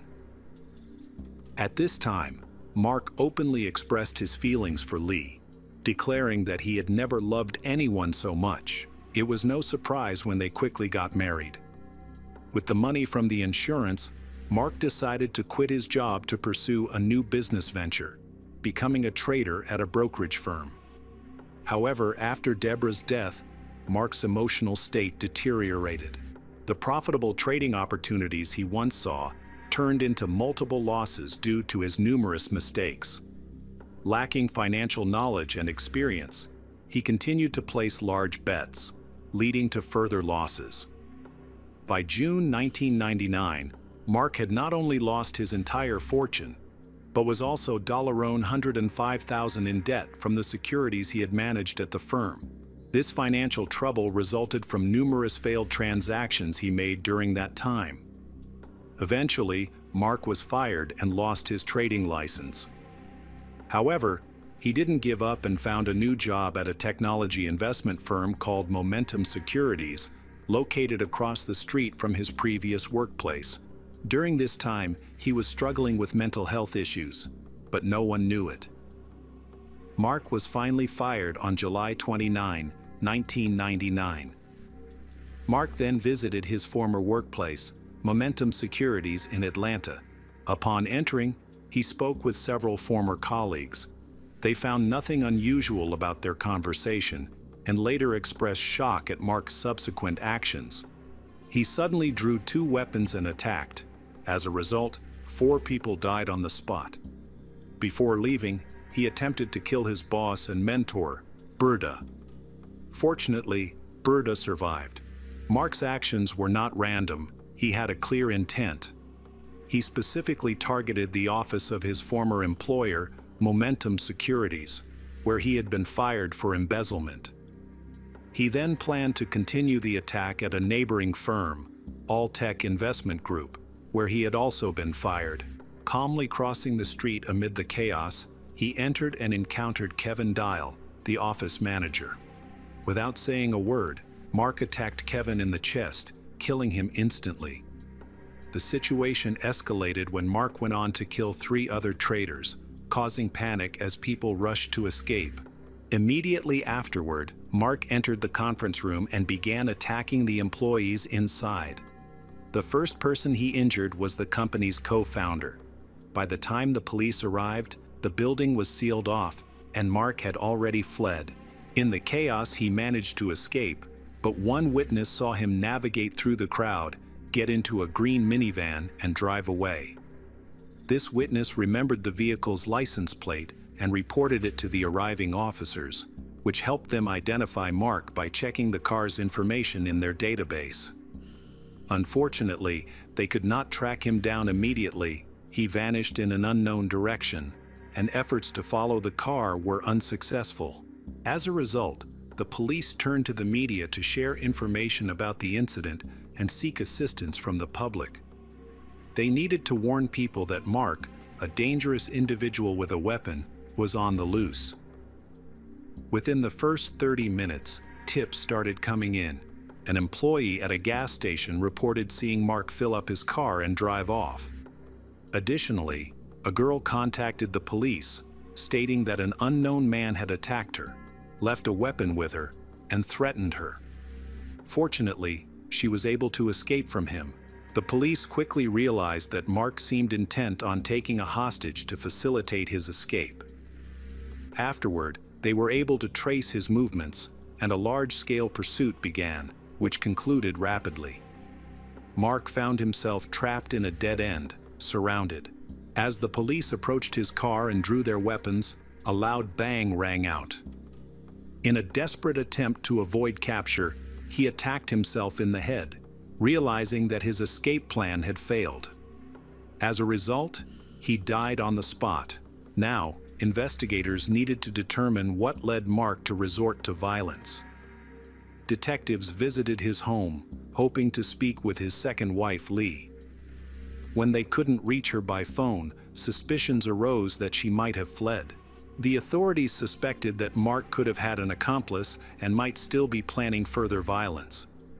It was puzzling that a well-educated businessman would suddenly turn to armed violence. However, when the police searched the house, they discovered something entirely unexpected. In the master bedroom closet, they found that Lee had been beaten to death. They also discovered the bodies of Mark's 2 children, Michelle and Matthew, who had also been beaten to death in their beds. The children's bodies were left uncovered, with towels wrapped around their heads so that only their faces were exposed. The police identified the murder weapon, a baseball bat, which Mark had used to smash the heads of his family members. Forensic analysis indicated that Mark killed Lee 2 days before the tragic incident at Momentum Securities. The following day, he attacked his children in the living room. A letter left at the crime scene provides details of what happened. On the morning of July 27, 1999, Mark decided to kill Lee. He claimed to have planned an unforgettable weekend for his children, which he saw as a farewell.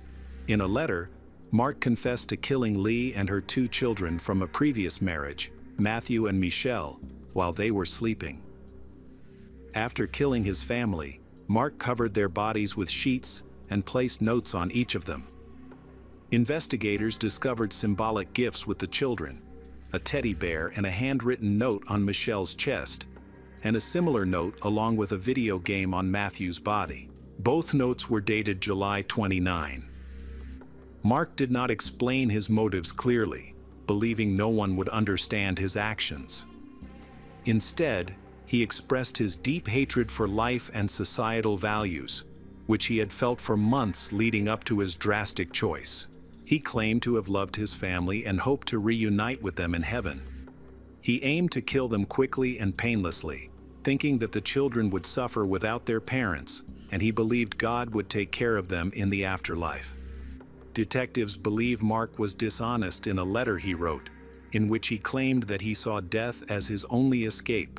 Instead, He planned to let Lee and the children die with him. He did not die immediately after the massacre. Rather, he attacked his workplace and fled. Mark initially intended to start a new life, but felt compelled to die when he realized he would face prison. In total, 9 of his former colleagues and 3 family members died, while 13 others were injured but survived. However, many people think that Deborah and Eloise should also be counted among the victims. At the time, his children were 8 and 11 years old, and his young wife Lee was 27. Before going to Alabama, Mark intended to take the lives of those he believed wanted him dead. His first wife, Deborah, often expressed to her loved ones that moving to Alabama marked the start of his downfall. After moving in, Mark's work performance declined rapidly, leading to his dismissal. He was later caught sabotaging company data, but this incident was kept low profile to avoid damaging the startup's reputation. As a result, Mark received a short prison sentence. Having lost all his money and faced multiple firings, Mark became despondent. The police found similarities between the murders of his first wife, Deborah, and her mother, Eloise, who were both killed in a trailer. Mark is the prime suspect, but has consistently denied any involvement, yet the police consider him guilty. The murders shared a similar method, and the same weapon was used. Additionally, he was the only one with a strong motive. He also had access to their home and was among the few who knew where Deborah was with Eloise, as there were hardly any strangers in that area. Neighbors were aware of Mark's frequent arguments with Deborah, leading them to believe he was the one who had killed her. Currently, it is impossible to prove Mark's involvement in the deaths of Deborah and Eloise, as Mark, the only person who could have confessed to the crime, has since died. Authorities suspect that Mark's motive for attacking Deborah was the insurance payout he received shortly after the murder. He used this money to support his trading career, favoring high-risk investments that ultimately failed. The reason he blamed those around him for his financial losses in the stock market remained unclear. None of Mark's colleagues understood his aggression, especially since his targets were just ordinary workers doing their jobs. These individuals had done nothing to harm him and were not responsible for his failures or job loss.